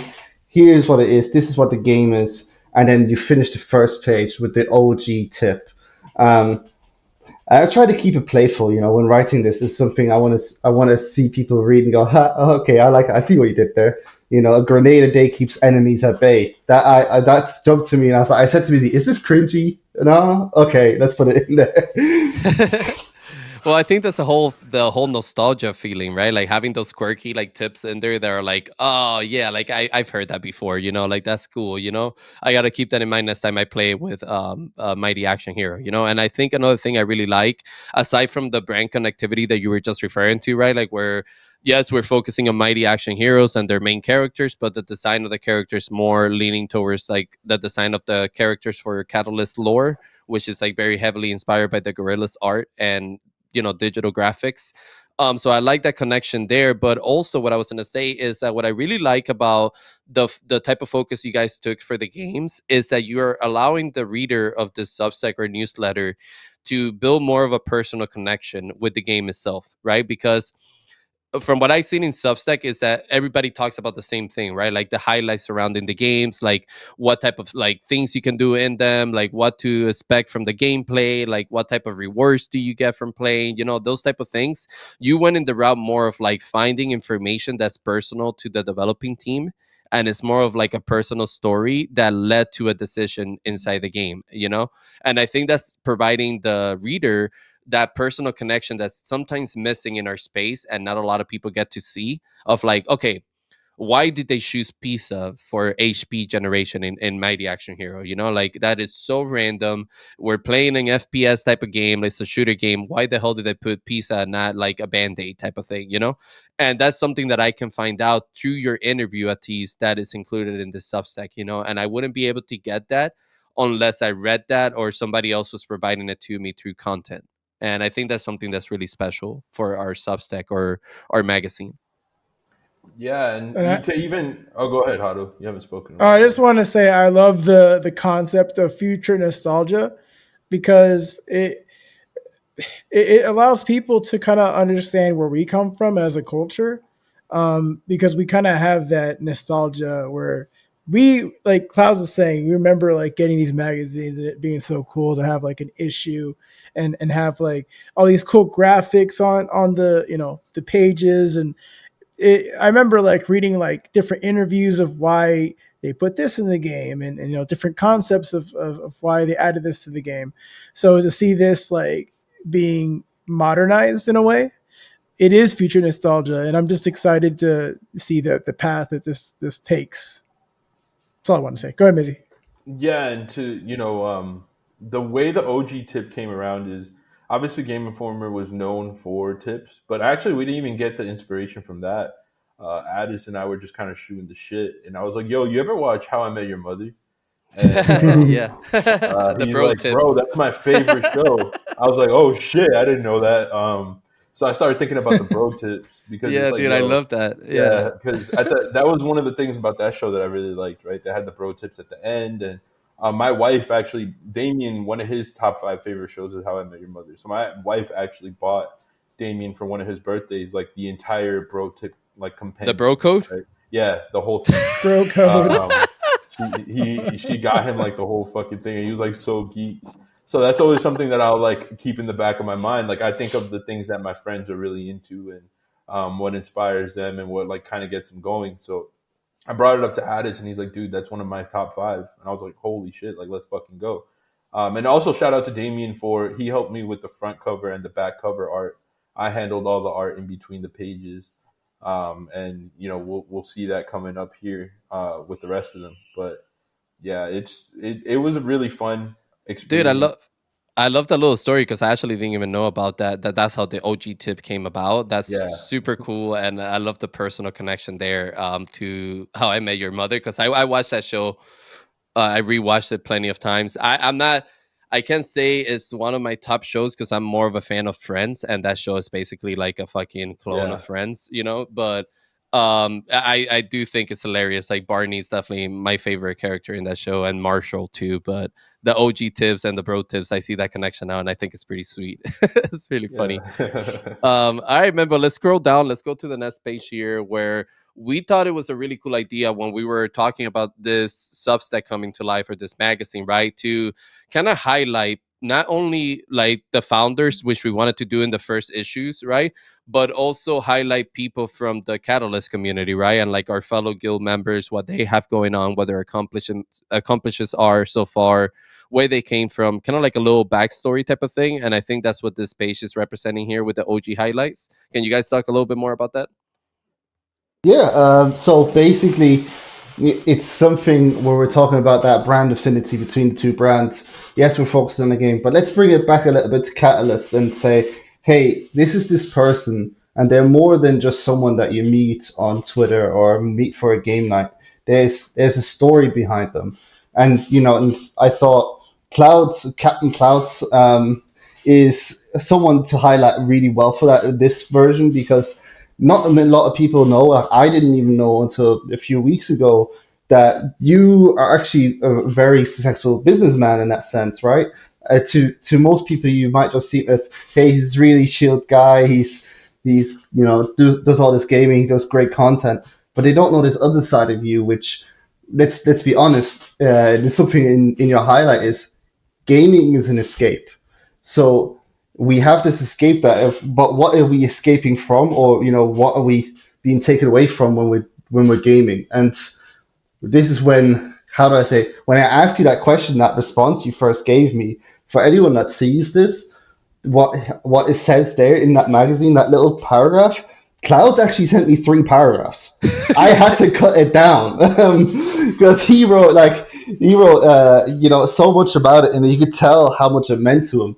And it was really great to see that, and it was like, oh, this is perfect because that's what it's for. And I can't wait to, see Hado's one, see Mizzy's one. We all get to learn these little stories about these people Now imagine you know if you're reading a something about your favorite esports team and you got to learn about this player and oh and here's a little bit of the story and it's just something like it's little nuggets of personal collection connection. Yeah, absolutely, man. And just to add a little bit more context about that, right? Like to me, um, I've been a gamer all of my life, right? Like I was obviously not born in the United States. Like I was born in Cuba. So I come from a very different background and culture, and just accessibility to things was completely different to me, right? But even in Cuba, my parents always like managed to get us what the things we enjoy. So I had like a Nintendo 64 when I was over there. I played Sega Genesis. I played PS1. In Cuba, they used to do like this almost like arcades in people's houses, and you used to go there, pay a few bucks, and then you could game all day long, and they had like all types of systems and stuff like that. So that's what I used to do to be able to play video games and get my fix, I guess, of like wanting to game, right? But obviously, as I came to this country and I had more accessibility to these things, right? That's where my passion really grew. But I also had a very like different background, right? I've been working since I was 15 years old. I've been always had to hustle and help out my family, right? Because the economy side of things wasn't really the greatest for us, never really, right? Like we came from a poor household. We had to like always hustle and grow and make a living for ourselves, you know. And the thing is that for our family, it's a little bit more difficult because we come from a family of educated people. You know, my dad is a professor of engineering. You know, like they're not like, but when you live your country in exile like that, and anybody that's come from a third world country may understand this, you lose everything. You're leaving your whole entire livelihood behind. You're leaving your accomplishment. You're leaving everything that means value to you is gone, and you're starting fresh, right? And when you're an adult to do that is very difficult. When you're a kid it doesn't matter, right? Like you just adapt and then you just grow up and that's it, right? So I always got the like, you know, I came when I was 11 years old, so in my mind I always saw the sacrifice that my parents put in, and I made it a point to make sure that financially we weren't going to be there anymore, you know. And I didn't care, like, I mean, obviously I always had my passions and like my own goals, but my goal ultimately was to take care of my family and have that financial freedom that we always struggle to have, right? So gaming became a very thing in the background for me, although I wanted it to be the main thing that I was passionate about and grew in and made a career on, right? Like when I was 13, 14, 15, my main like passion and goal was to become an esports player for Call of Duty, you know, and compete in Call of Duty and do that for a living and create content. But my livelihood wasn't allowing me to do that. So I had to make different choices, you know. And as I grew up and I was able to become a successful business owner, you know, now I have the time and the necessities to put time into this thing that's always been my passion and actually grow something out of it and add to a space that I've always had a tremendous amount of love for, you know, and wanted to see us succeed and continue to grow and innovate. And you know, I'm just lucky to be in a position where I have fellow co-founders and partners that are freaking awesome and are grinders like myself, and we have the same vision and mentality. And you know, in the past 4 months I think we've been able to create something that's very rare to the space and doesn't happen often. And I'm not just talking about, oh, like we're you know, we're becoming a popular brand or like people are fucking with Catalyst. I'm just talking about the cultural aspect that we're building, the connections within our community that we're forging, right? Like we're fostering these connections with members that are becoming long lasting relationships, right? Like Missy just mentioned, you and him became good friends through GSU. And I can personally say I have 80% of my friends, people I consider my friends, are people that I've never met in real life and are all people that I've met through video games. And I think that holds a lot of value. And I do think it's one of the outlets that allow you to build relationships the quickest. And, you know, you find common ground with people through video games, in my opinion. And I think that's something we're doing really well. And we've managed to build with our brand. And I'm just proud of that, man. And when you ask me this question, you know, I didn't know how to condense it because you said that I sent you like 3 paragraphs, and that was me really trying not to fucking send you a whole thread, you know, where you had to do like 20 pages and some other crazy video, you know, to like condense it. Because like this to me is one of my biggest passions and love for in the world, you know. So to get to work on it every day with you guys is it's been a blessing to me. So I'm just excited to be here and continue to add on. Pop off, King. Pop off. All right, all right. Well, none. Let's not get too teary eye over here. Let's continue down this amazing magazine. After that, we wanted to get really to know a little bit more about the development, the developer team of like this games that we're promoting inside the magazine, right? So I think that's what Inside the Mind of the Game Dev does with this page, right? Yeah. I just want to say that Missy and I are both laughing on me, and I can see him laughing. I know Missy's laughing because he's all mean mugging and his mouth is open. So I know he's cracking up. All right, Atis, give me the rundown on this page, man. What can our viewers and readers expect out of this page right here? So out of this page, I want to dive into something that we as gamers like pick up on, and it's like something that you see a lot in the game and go, "Hey, why is that there? Why is it the way it is?" And it's something that you can find out most things through a white paper, or you've seen this founder on an interview, but it's kind of getting a bit more in detail questions and answers and saying, "Hey, what's something that's quirky?"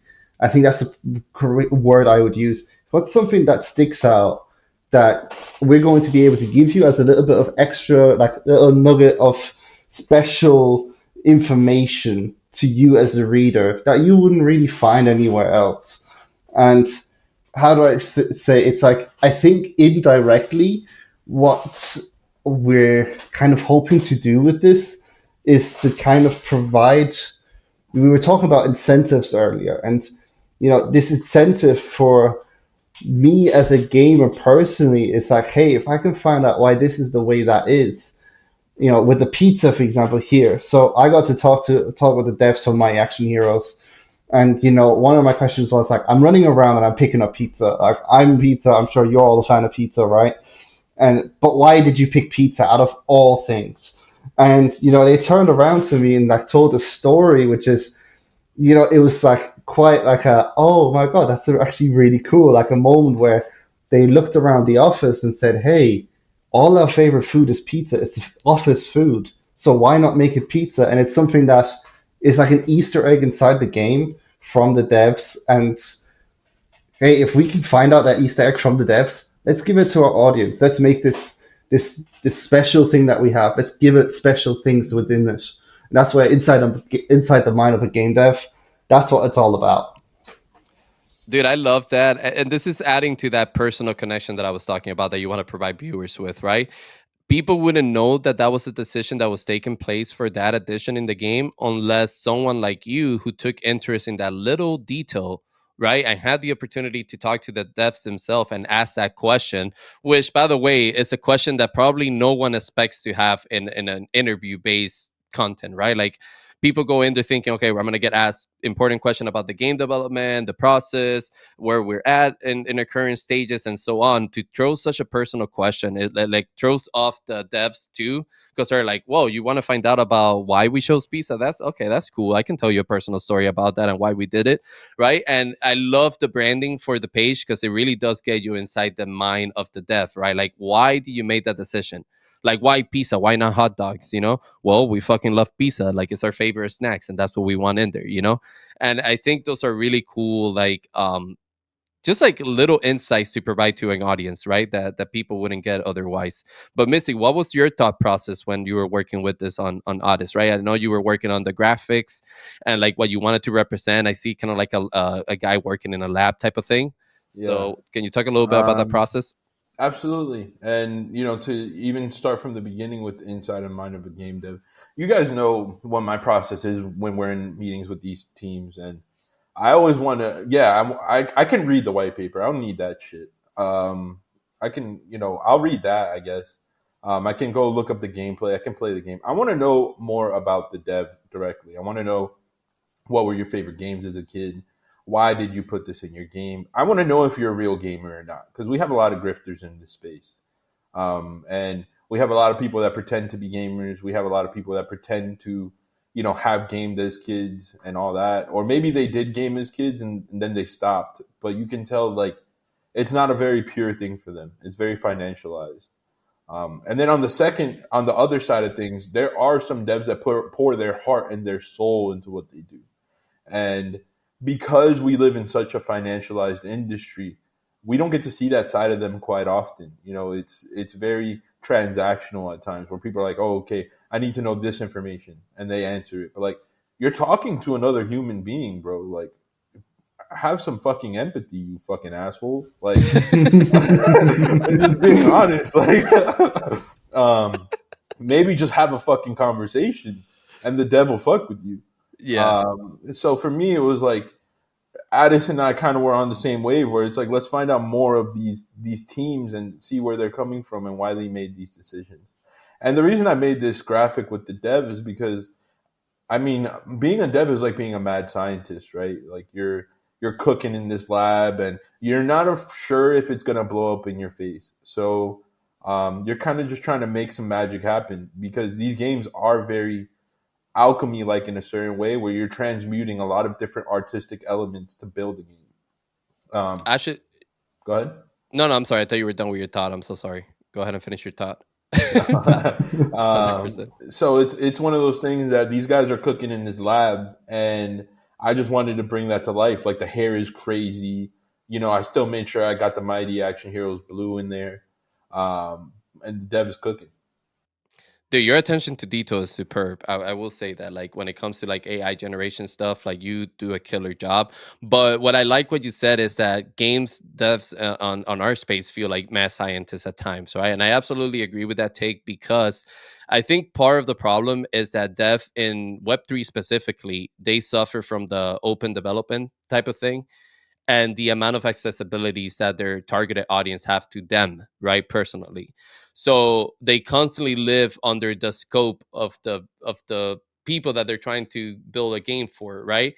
And that can be really, really fucking daunting, right? Like, it can be really like, like, it can put a lot of pressure on the developing side, because in traditional gaming, when you hear bro, you're killing me with the fucking Pictionary messages over there. I don't get to talk right now, so I'm just entertaining myself in the audience. I want to hear your beautiful voice. Feel free, brother. Unmute yourself. Chime into the conversation, you know? No, but what I was trying to say is, and Hado, I would love to hear your take on this after this. But what I was trying to say is that when you live under the scope of people seeing constantly what you're doing, it's a lot of pressure on you, right? Because on traditional gaming, when you hear, Activision is working on the next Call of Duty, right, and Treyarch is developing, you don't get access to fucking you don't get access to the lead developing team of Treyarch. You just know that they're working silently on the game, and you have to wait till next year in November to fucking get it, and that's it. You don't get to put any input. You don't get to ask any feedback of how it's going or what they're doing or how come it's taking so long. That's only something we see in Web3, and I don't think people has like grasped that in their eyes of how much pressure that puts into a developing team, right? Like, you're constantly having to be a PR person and also develop this thing that you're passionate about, and you got to almost be on eggshells to make sure you don't give out too much info that you're not supposed to give out, but give enough to keep everyone at bay and not coming for your throat the whole time, you know? So it's very interesting. There's so many factors at play, because you gotta consider as well, if they want to release a token with their game, they gotta focus on an economic perspective as well. They don't want to release it too soon. They don't want to release it without liquidity. And then, you release it, there's no liquidity, your token dies, and then you have a divided audience where it's like, we want more game or better game. And then the other audience is like, we want better token economics. Do you think, to that point, now that you talked about that, do you think that's part of the reason why many games that we're seeing coming into the space have shifted, and you guys can all chime on this, have shifted to not having an NFT attached to their early release anymore? Like, early 2021, right? We saw a lot of projects of games coming out with like a payment right before like having any access to the game. And nowadays, I'm seeing less of that and more like free access to our game, get your hands on it, and then we'll do maybe a collection down the line where we sell like lands or tokens or something like that, you know? Do you think that's the case, Hado? I think we can all agree, and I'll let you guys, put your own inputs on it. But I think we can all agree that a price point is very, very important when it comes to approaching a game. Some of these games should go free to play, in my opinion, and some of them are. Some of them have turned into free to play games. But I think the approach of having just throwing a number out there, north of $100 to access a game that's in alpha, and maybe early access alpha, right? Like the earliest part of the alpha. It's not sustainable, and gamers aren't going to put up with that. You're not going to. I've had conversations with people in the Web 2 side of things, as to, they give their reasons as to why they just haven't really dived into Web3 games yet. And they have legitimate points. A lot of these games, in the beginning, they were like, you have to get an NFT to play the game. And that NFT may be valued at like 50 to 60 bucks. And if the floor goes up, then that entry level is going anywhere from 100 to 200 to 300 to 400. And especially back in the day with Gala, like that was like $600 to $700 just to play an early access version of Mirandus. Like I made a video on that, by the way, and I think it's just a little ridiculous, and I don't think that was sustainable. And I think that's why we see this shift where either they go free to play or they have a extractor pack kind of access where it's more affordable for the gaming demographic, where they're used to seeing like a $20 or $50 price tag on a game, maybe even 65. And then you could say like $100 is where you get all the extra stuff, where you get the pre-order, the bundle, where you get all the maps, you get, VC if you're buying 2K every year, you get stuff like that. So I think that's why we've seen this shift in Web3 gaming. Well, I have a follow-up question for that, but before I ask it, I would love to hear what Atis and Missy have to say about that topic. Go ahead, Atis. So I'm a big fan of what Hado said. I think having free-to-play introduction loops is something that's really needed. Like me personally, if I take myself back a year, I used to be one of these people that said, hey, I wouldn't want to play an NFT game because looking at the price points of what it is to enter an NFT game, why would I pay that when I can pay 50, 60 bucks to play, a AAA game on my PS5 or on my computer, right? So having a NFT for access, I think that's something I hope that will stay in the past. I'm a big fan of maybe owning an NFT to earn, maybe, but you're still able to free to play, so that you can play the game. And if you like the way Shrapnel's doing it, you've got your operator, which there are certain benefits to having that. But hey, you can also just have a light extraction pack and you can still play. It's 20 bucks and you're going to get access to a AAA game. And you've got the best of both worlds right there. I agree with that. I think that's definitely the right approach when it comes to like getting access into people's hand. What about you, Missy? What's your take on that? So I'm going to be fully transparent. Shit. I didn't agree with the NFT thing, which is why I made sure to become a gaming personality so I'd get everything free. I was just like, bro, if I can help these teams, I'll help them get access. Like, I'll get early access. I'm not even fucking kidding. I'm being honest. Isn't that why we all became Web3 content creators? Yeah, I mean, that's one way to do it, I suppose. Some people want, some people want to get a bag. For me, it was more like I just want to play whatever the fucking game I want to play, and know that I'm just a DM away or something. I'll be fully honest. I don't really care about the bag as much. Hey, if I can get a bag, I'll be transparent and say it's sponsored. But for me, it's like, hey, I just want to access the games, whether it's an NFT thing or whatever. If the team see that my presence brings value to the ecosystem or the game, or maybe I can help advise, and that gets me access to the game, then cool. So that was my first early motivation for really wanting to become a known figure in the space. I just wanted access to the fucking game. And I mean, it's worked, obviously, right? Like, cool. Now I'm beyond that. And now the space has kind of been like, hey, you guys can get free access to these games anyways, because we realize NFT gating things isn't the wave. I will say that now that I've seen how a lot of like VC funds interact with developers, it's not always the developer's fault, right? It's something where your game's going to get shut down unless you accept this money, but you can't allow people to play your game unless you sell these NFTs. And unfortunately, that's just the nature of the beast. We're early to an industry, and some developers have needed to take the money in order to keep the lights on. And I think we've gotten to a point of maturity on the investment cycle where people are like, hey, this is obviously not the way to market games, so let's not cripple our developers by forcing these things on them. And then back to your earlier point, and something that I want Damien to clip this and put it up on the Twitter accounts. I'm calling it out now. Something that I want everyone to realize is we're in a golden era. I know everyone thinks we're not. I know everyone thinks that we're not. The games aren't playable yet, and oh, we need to give them time to cook. Going back to the early point that Clouds made about having access to teams, this is a golden era. Appreciate it while it's here. For me, the second reason I wanted to become like a gaming personality, influencer, creator, whatever you want to call it, is so that I could have these conversations with these teams. Because again, going back to the 10-year-old version of myself, if I went back to that kid and was like, bro, you're talking to like all the top teams innovating in this space, that kid would be on the fucking moon, right? And that's something that for me, I never take it for granted. I take every meeting that I can with games I find interesting, and I make sure I make sure to appreciate every moment of it, because we're in a golden era. It's not always going to be this easy to gain access to a team. In just 5 years, the Web3 development cycle behind the game will be completely different. And I'm putting myself in the position so that I can bring value to teams in a way that they would still kind of want to give me early access and be able to talk to them. But it won't be something that's available to the everyday person in Web3 gaming.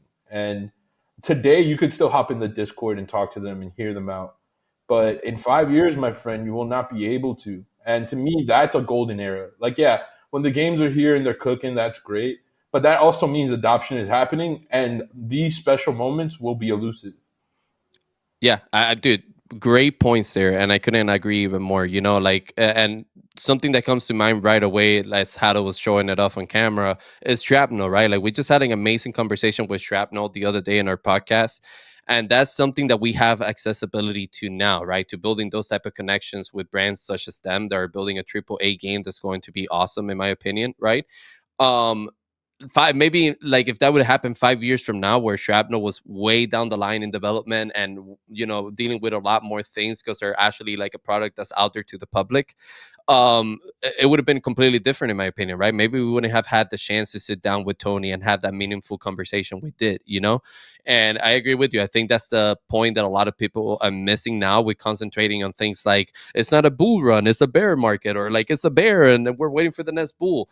If you're not able to build your brand and your connections in the worst market sentiment possible that you can build on, it's not going to work out in the long run, bro. Don't worry about the bull. Don't worry about the bear. Worry about the opportunities that you have in front of you right now, and utilize those tools and those points of reference, right, and those connections to your advantage, and build something important right now, like Missy's saying, right? Utilize that golden era that we're in, because when we get to the next bull, there's no guarantee that these people are going to be accessible to the point that they are now. So I agree with you 100%, man. I do think we are in a golden era, like you're saying, when it comes to accessing like the top people that are developing these projects that we're seeing in the space, right? And they're trying to innovate the gaming industry. So that's definitely a great point to make. But before we move down to the next page, real quick, as a follow-up question to what you were saying, Hado, about price points, right?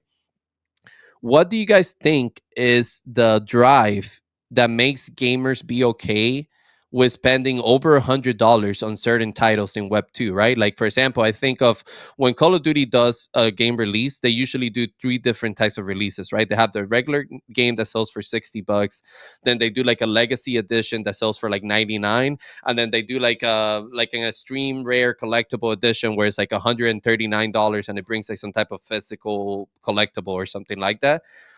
There's gamers that have no problem with spending that type of money on games like that, and none of those games have true ownerships over digital assets. What do you think is the drive for gamers to be okay with spending something like that? Is it the accessibility to a game that's fully developed and they know it's a product that's been passed down the line and it's a good product always, or is it something else? How to go for it? Two things.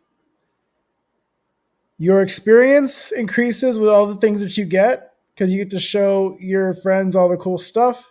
And the second thing, value. Your value increases because of all the things that you're getting in the game. So it feels valuable to you. So I would say, like a game like 2K, you get some cool exclusive stuff for paying the extra money. And then you also get spending money on things that you could spend on. And to them, that makes sense for them. I would have to push back a little bit on that. I don't think. every title hit those two things to make that the only drive to want to people to spend that much money. Because when I think of games like Call of Duty, they don't provide you value back that will make you that money in return. You get me, in game, especially with the recent things that they did in like Warzone 1, where they just wiped out the whole thing. For example, like I get what you're trying to say, but I think it's more related to like the fandom that they've been able to build around their game rather than Well, the when I value say that you get. value, I'm not talking about value you can extract, okay? Because that's not the mindset of the Web2 gamer. The value is like, now I have this cool skin. I can use it in game. My friends will look at me like I have this. And I'll tell you, Valorant's another good example because if I have a cool skin in Valorant, people are like, can you buy me a skin? Can you buy me? Can you buy me? In game, right? Not like buy them the actual skin, but like in the round, like they want to have the skin and they want to play with the skin, and that's the value that you get. I mean, uh, I've played many Valorant games, and people are like, "Does anybody have a skin? Does anybody have a skin? So you're saying Can it's you more buy me? Can related you to buy the me?" point of like gamers wanting to show off cool shit in game, and that's why Right. they're willing to spend that money because they're able to That get access to things in games that they're able to show off to their friends or like the community or whatever. that is the value that it brings. Not to say that, oh, I can make more money off of this and resell it like a CS:GO type of trading thing or the NFTs that we're talking about. It's more so like, let me show this off, and no one else has this in this lobby. I have the Singularity Phantom in Valorant, and then I had a friend who always wanted me to buy that for her until she bought the skin for herself. So like that's the kind of value it brings. It's like it's a constant reminder of like, well, I don't have this skin. I get to when I play with my friend, they can buy that skin for me in game. But now I really want to buy that skin. I'm gonna shell out $30 for that skin in Valorant. Yeah, that makes sense. What about you, Atis? Do you agree with what Hado's sharing, or do you have like a different take? I honestly agree in the sense of like, hey, you've got this like, how do I say, not one of one skin, because obviously that's not the right term, but you've got this special skin that you can share with people, and does it deserve a certain price point? I do believe so. I mean, hey, look at traditional games, look at CS:GO, look at World of Warcraft. You know, you had special gear.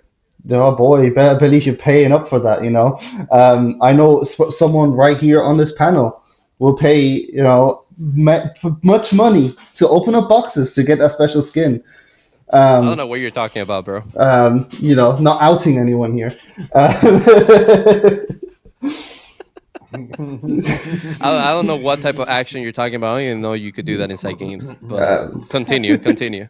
but how do I say, like, you know, bringing it back to what was previously said for access, I think it's not great, but for novelty, I think it's especially great, especially being able to open and being able to trade it and not get rugged or have to use a third party service, which I know we kind of still are, but you know, it's be having that true ownership almost. Great points, great points. Missy, what do you say? So I'll take this more from a marketing perspective, right? It's in line with what everyone here is saying, but when you start learning about how to market luxury products, for example, it's all based on brand equity, trust, and perceived value. So it's something where you're sitting there and why would a girl from New York spend $25,000 on a Birkin bag, for example? Well, that's because the Hermes brand has gained her trust as a customer, and she feels that they represent what she wants to stand for, right? Which is, you know, the lapse of luxury, a certain level of exclusivity, and being perceived in a certain light. And you know, this is something that I personally experienced when I would go to fashion parties. Clothes can be utility because they can be conversation starters, right? I've worn the right pair of sneakers at an event, and I've made connections because I had those sneakers on. Was I proud to spend $1,500 on those sneakers? No, but I made a lot more than $1,500 off of the conversations that they started for me, and that's just how humans work. You know, we are humans of perception. We are people of perception, and what happens with these games is you have Call of Duty. They're a trusted brand. Of course, they could charge $1,000 for something, and people would buy it because people recognize that brand, they trust it, and they have a lot of fond memories with Call of Duty, right? It's something that's brought them value from an entertainment perspective. And then now, you know, if they buy a certain product from Call of Duty for $999, What it does is it starts to pull together a group of people that are almost a niche within the game. You're the guys that can spend $999. So now when we're playing the game together, I'm gonna send you a DM on Xbox and be like, bro, nice skin. Like, what's up? I fuck with that shit. You know, because I used to do it all the time in Gears, because I was that guy in Gears of War that I had all the skins, every skin humanly possible in Gears of War 3. I had it. And I was obsessed with skins in Gears, especially on my Nashers. So it was just like, yo, I understand why gamers would spend $100 because I'm the gamer that would spend $100 because of the fact that I trust the game, I trust the title. I don't necessarily care about getting the value from it in a monetary way. I care about the value that it brings to my playing experience. I look cooler than the next guy when I kill them. I have the extra little perks, you know, if there's perks attached, I have the extra little perks that come with that. Um, for me, it's way more of how the perception is being created when you sell that $100 pack is what's most important. Is it $100 for a limited time? Because that changes everything, right? I only have 3 weeks to buy this. So now I have to spend $100 in 3 weeks. And I know that I'm in the pool of people that spent $100 in these 3 weeks. And now no one can come and buy this shit in 6 months. So I have the cooler skin than them. Ha ha ha ha ha. That's just how this shit works, you know. Yeah. And it's perceived value. That's what it really comes down Yep. to, and brand trust from your audience. Yeah, and I think those are great points. I think that's the point that we all like relate to, right? As gamers, is that we want to have cool shit to show off in games, but also we want to make sure that those items that we're assessing in the games come from like a reputable brand that we trust and that we know is like a fine product, right? And I think that's something that Web3 needs to start putting more focus on. Build products that your audience wants to collect and show off and build that fandom around them that they don't shut up about it, but also build that trust within your community that the people buying your items or playing your games know that your brand is going to be around for a very long time and the products that you're producing are quality product that people are going to want to purchase and also play and be active in, right? And I think that's one of the biggest focus that people building in Web3 need to start thinking about and replicating from the Web2 community and the Web2 world, right? Because we talk about it in our space all the time, and we have this big disconnection of people saying like, no, we want to build our own ecosystem of game and we want to do our own thing. We don't want to bring Web2 people in here and fuck it all up, and vice versa. We have another crowd that's saying like, no, we want to take innovation and ideas from Web2 companies and implement them in Web3 so that we can reach that mass adoption, right? I think it's a nice blend of the two. I think there's a world where we build new innovation for the gaming space through Web3, but also there's going to be ideas and things that we replicate from Web2 companies that have done it well and implement it into the new games that we're trying to build inside our ecosystem. But yeah, man, I thought it was an interesting topic to speak on. Just because this little page of getting into the mindset of the dev kind of like sparked that conversation. For sure. Just to hop in real quick for like the last like 2 minutes. The way that I would even describe expensive products is they actually validate the brand for the lower end products, right? So when, for example, a girl in New York runs around with an Hermes bag, they don't say, "Hey, you're rocking a $25,000 bag." They say, "Hey, you're rocking an Hermes bag." And there's plenty of products in their product range that are only like $1,000, $2,000, $3,000, but it still gives them the brand equity of the product that goes for 25 grand. It's like it's an Hermes bag, right? We can see this happening today in the ecosystem with Yuga Labs, right? How many people wouldn't care about heavy metal if it wasn't because of Bored Ape? A Let's lot. call it for what it is. A lot of people. The heavy metal gamers kind of get pulled into the Yuga Labs community because there's an NFT there that goes for, you know, like 30, 40, 50, 100 grand, you know, at different times in history, they've gone from even more. So it's like that perceived value of the Bored Ape trickles down to even a game like heavy metal that couldn't have anything less to do with Bored Apes. And that's what happens when you build brand trust and brand equity. I agree 100%. And another brand that I can think of just to make it a little bit more relatable to the fashion sense that you were explaining on, when you think of a brand like The Huntress, which is somebody that me and Missy talk about all the time, mostly me, I bring it up and then Missy chimes in into like adding more into the conversation. But the Huntress, right, it's a fashion brand that's been around in the traditional fashion world for a while, but they also build inside Web3, right? when their regular price range is anywhere between 30 to like $90, right? But they did special editions, drops that they did with like certain like NFT collections, like they did one with Cool Cats, right? And that collection was selling for upwards of $200, like 130 to $200 for like a sweater or some shit, and it's what you're saying. Like when people see that, they don't go, "Oh, you're rocking the collection from Cool Cats and the hundreds." They just say you're rocking the hundreds. And now anybody that wears one of their lower end value like stuff, like the $30 t-shirt, right, will still say the same thing. It's like, "Oh, you're rocking the hundreds." They're not going to say you're rocking a $30 shirt from the hundreds. Similar to other brands like Supreme and all these other brands that have built that brand recognition, like you're saying. Exactly. And it's really interesting to see how that plays out when you're building brand equity. Absolutely, man. Well, I would love to continue talking that in a later episode, but let's continue down this Substack, man. The next page we have is the Mighty Action Leads to Creative Force. This is just another page to kind of like add more and kind of close out like the final thoughts of the game that we're representing, correct?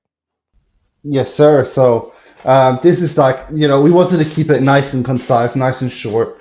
3 to 5 minutes read time is the maximum, in my opinion, because I want to digest information and quickly. We live in an era full of short information.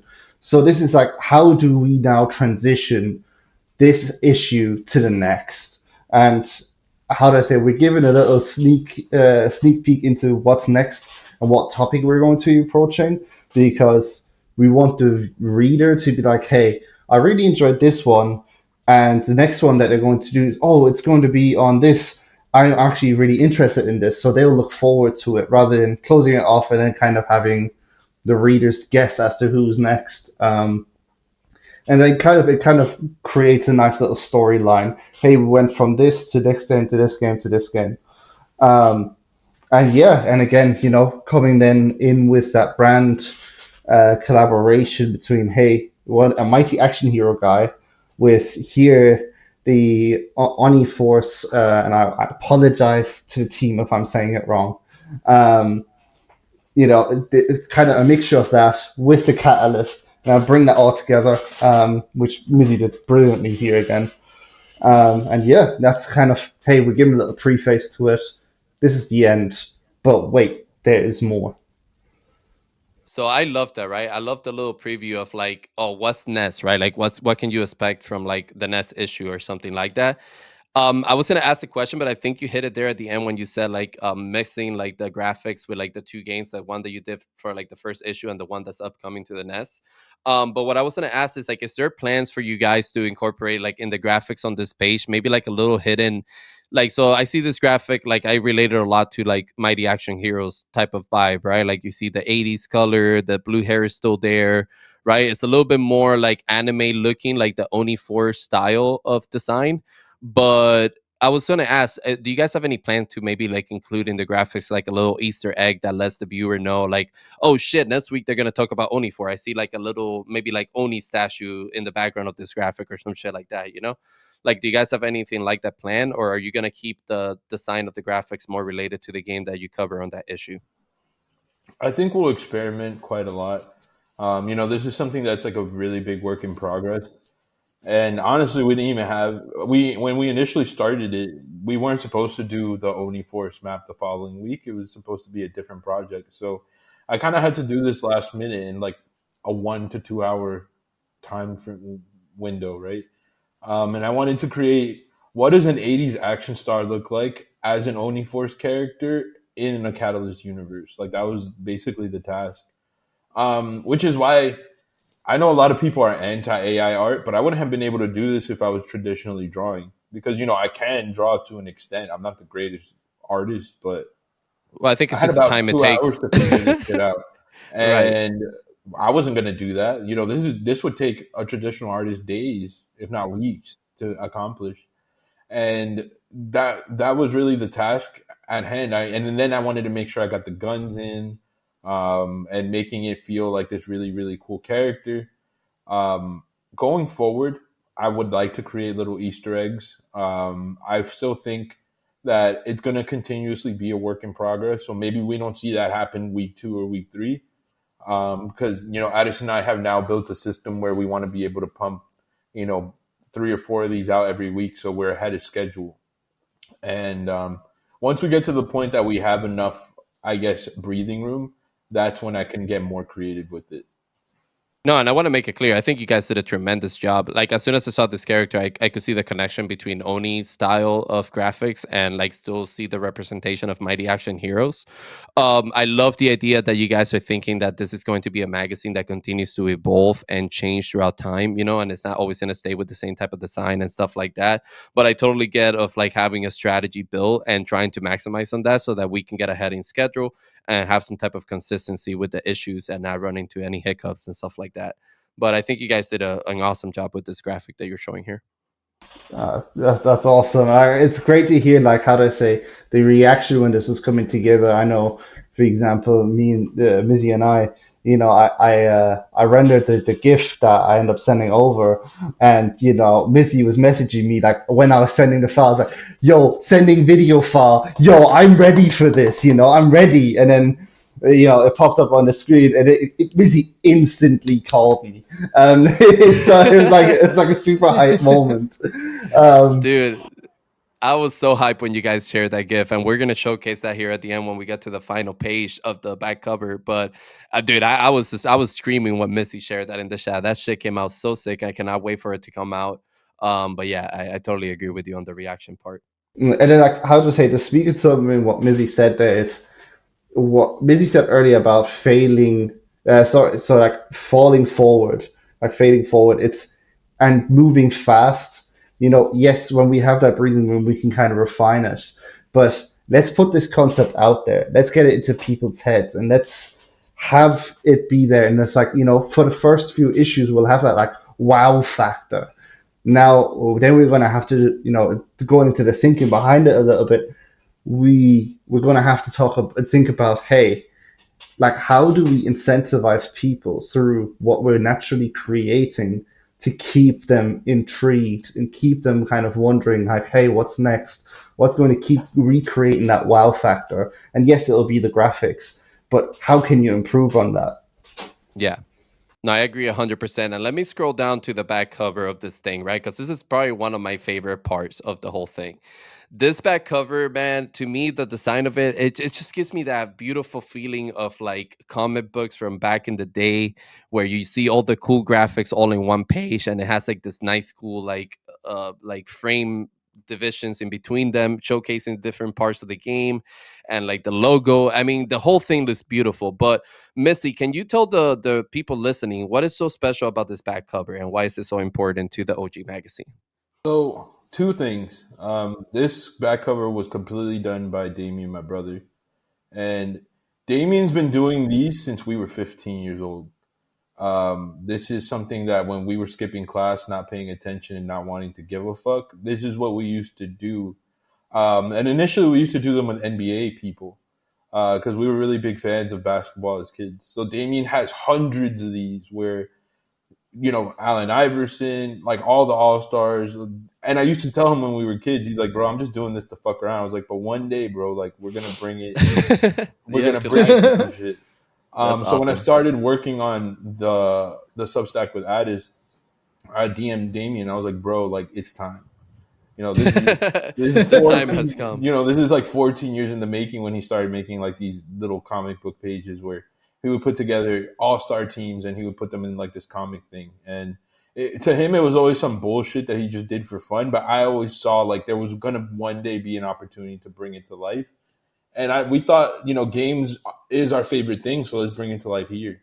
And then at the bottom, like that, all the design decisions on this page was all Damien. I had nothing to do with it. That's amazing, I came dude. up with the idea of the QR code, which, once you scan it, you actually get to claim a free NFT, which is the GIF that we're going to show later. It's going to be limited. It is free, but it's limited. It's going to be limited. The first edition is going to be limited to 69 because, it's the number of Web3, baby. 69. We all know exactly. that. We love it. Giggity. Giggity. But it's supposed to be something that encapsulates like the full experience. You get to the bottom of the page, you see all this really sick art that has to 100% be focused on the game, and then boom, you scan the QR code. It takes you to our partners at Rev. It takes you to their page that they're building out for us, and you can actually claim, your NFT for free if no one else has claimed it up to that point. Because there's only going to be it's going to be very limited. We want it to be something that's special, something that creates like a cultural moment for the people that take up the time to collect it. And shout out to Damien for sticking through an art form for, I don't know, like 14 years now, randomly, as some shit that he would do in between work, and us being able to bring it to life here. Hell yeah! Shout out to Damien, my brother, man. He killed it. He absolutely killed it with that design, man. I love it. It resonated with me a lot as far as like just like having the whole comic book feel, because I used to be a pretty big collector when it came to like comic books, and I love the whole idea of like having an NFT, a free collectible, right? That can be almost like a comic book collectible, right? Like a magazine thing where people can collect them, have like this history of like, yo, I've been a collector since like the OG issue number one, and I've had every single issue up to this point. I think that's something that's super dope. I love the idea of having like limited amount of issues. So like if the number one, we want to make that the most rare, we can like keep it low with 69 and then increase from there with every issues that come after that. I think these are all great ideas. Hado, give me your thoughts on this, man. How are you feeling about this whole design of the things and the integration of an NFT? And while you're giving me your thoughts, I'm gonna pull up the GIF we're gonna show everyone. Oh, okay. How much time do I have? As long as you So want. I think that it looks really cool. It gives me that nostalgic comic book vibe. I'm really looking forward to collecting this myself, and uh, I get a copy of this, right? No, you gotta be one of the first 69 readers to read the Substack and claim it like everyone else. No, I'm Okay. kidding. Well, I want a copy regardless. Yeah, I love the direction that it's going, and I see a lot of opportunity to expand on what's been built here. And take it away. I see the video. Yeah, man. Let's give the people a little taste of what they can get when they mint one of our NFT collectibles. So this is going to be what you get if you were to be one of the first 69 people that minted this first issue of the OG magazine. Let's take a look here. Oops, pressing the wrong screen. Hold on. There we go. I mean, damn. Let me play that back real quick. Woo! Oh Now man, this that time when you shit play it looks. again, full screen it. Oh yeah, let me do that real quick. We didn't get the full experience. God damn it. Let's look at it again, bro. I could play this on repeat, bro. I don't get tired of watching. I'm gonna do it one more time, just so for anybody that missed it the first time. I think there's a button for looping on this I mean, application. come on, dude. That shit looks so sick to me. I love the little integration that you guys put in there of like our one of our mascot, Pyro, and all the different transformations that he can turn into. That's part of our lore that's coming probably later next year when it's more completed. But the idea is that Pyro is this flame entity that came from our other mascot, Scorch, who's this Phoenix, Flame Phoenix, and basically Pyro has this power to transform into many different things that are needed in the situation, the heat of the moment. So he can take different forms and shapeshift, almost like a Beast Boy type of thing. That was like the inspiration behind it. But I love that you guys added that into like the pages of the magazine. So it's almost like a filler page. It's like, oh, this is on brand with the OG branding. And yeah, man, I love that little addition to it.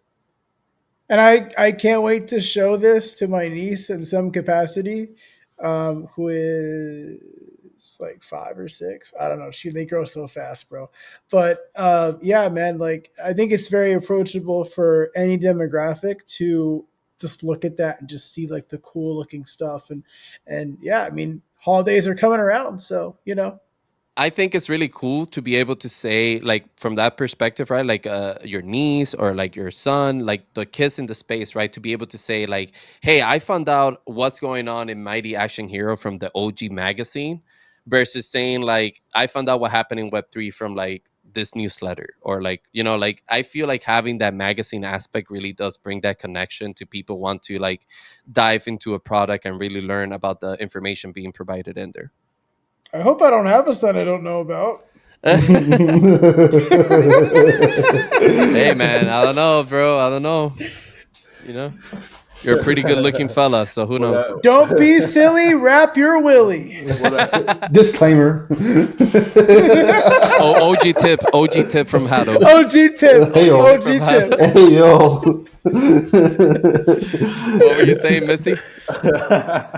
what I will say is, once we finished the magazine, we saw all the blank pages, and Addison and I both just like clicked. We're like, yeah, this needs something, right? So we were on the call because the very first version he sent me didn't have the art in it, and we were on the call, and I called him instantly when he sent me the very first version of the GIF because I was fucking excited. This is an idea that we've been working on for a while, and I just really just wanted to dive in and see final touches and all that type of stuff. And what we ended up deciding on was, hey, like let's add some art in between these pages, which kind of brought it full circle to a comic book because comic books have splash pages in them. Dog is knocking over Drop shit. his whole bottle. Like, got so upset. Hey, Shrapnel, send Hado another bottle. He just broke his, bro. All right, like It's fine, but you can send me another one if you want. Comic books have splash pages, so now that's an element that we weren't actually thinking about factoring in the beginning that has now been added to the process. So it'll be pretty cool to see how we continue to build on it in the coming weeks. Yeah, dude, I love it. I think we have a lot of opportunities with that because, like I said, we're building out a whole lore for the brand. So if anything, it's just gonna get better and better. But I love that little addition. I think it gave the NFT collectible like another element to add into it that's more visually appealing for the collector themselves. So I think it's a pretty cool idea. But hey, guys, we're hitting up to the 2 hour mark on the podcast. Let's give out our closing thoughts. I want to start with Atis, our special guest today. Brother, give me your closing thoughts on this whole process with building out the OG magazine. How are you feeling at this point now that you had the first issue completed? Give me your closing thoughts. Closing thoughts on this. Like, I'm really happy with how it came together. Like, we set out on this mission, we had this vision, and it's finally now we've got our first issue here. We're about to go and hand it out. I feel like a proud dad, staring at this magazine, going, "Hey, yo, look at this." And obviously, like, how do I say? I'm a bit of a perfectionist, so I look at it and go, okay, there's this and this how it improve, and I can't wait to improve it as we go along. But something like, how do I say, about that GIF right there as a little closing out statement, that was my first tutorial and animation I ever did about a month ago when I was practicing for this. So it's like, I was like, okay, I want to learn animation. How I'm going to do this is by producing something. And yeah, there you go. Absolutely amazing, brother. Missy, I'm going to hand it to you, brother. What are your closing thoughts for this week? I mean, I don't have very many. I think ultimately we did what we set out to do. Failing forward and failing quickly is what I'm always going to be about. And, Addis and I were both able to grow as artists throughout this experience. Like Addis learning his first time with animation, me trying to find ways to really bring to life a different style of artistic vision with AI that actually contributes to culture and doesn't take away from it.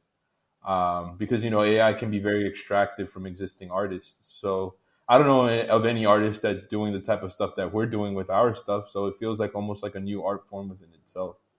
And it's been a pleasure working on the magazine and all the other things that we're doing in this space. It's truly an honor. All right, man. Thank you for that. Hado, do you have anything to add to your closing thoughts for the week? Yeah, I need to add air horns every time we're done with the closing thought because if it's a good one, hit that fucking air horn.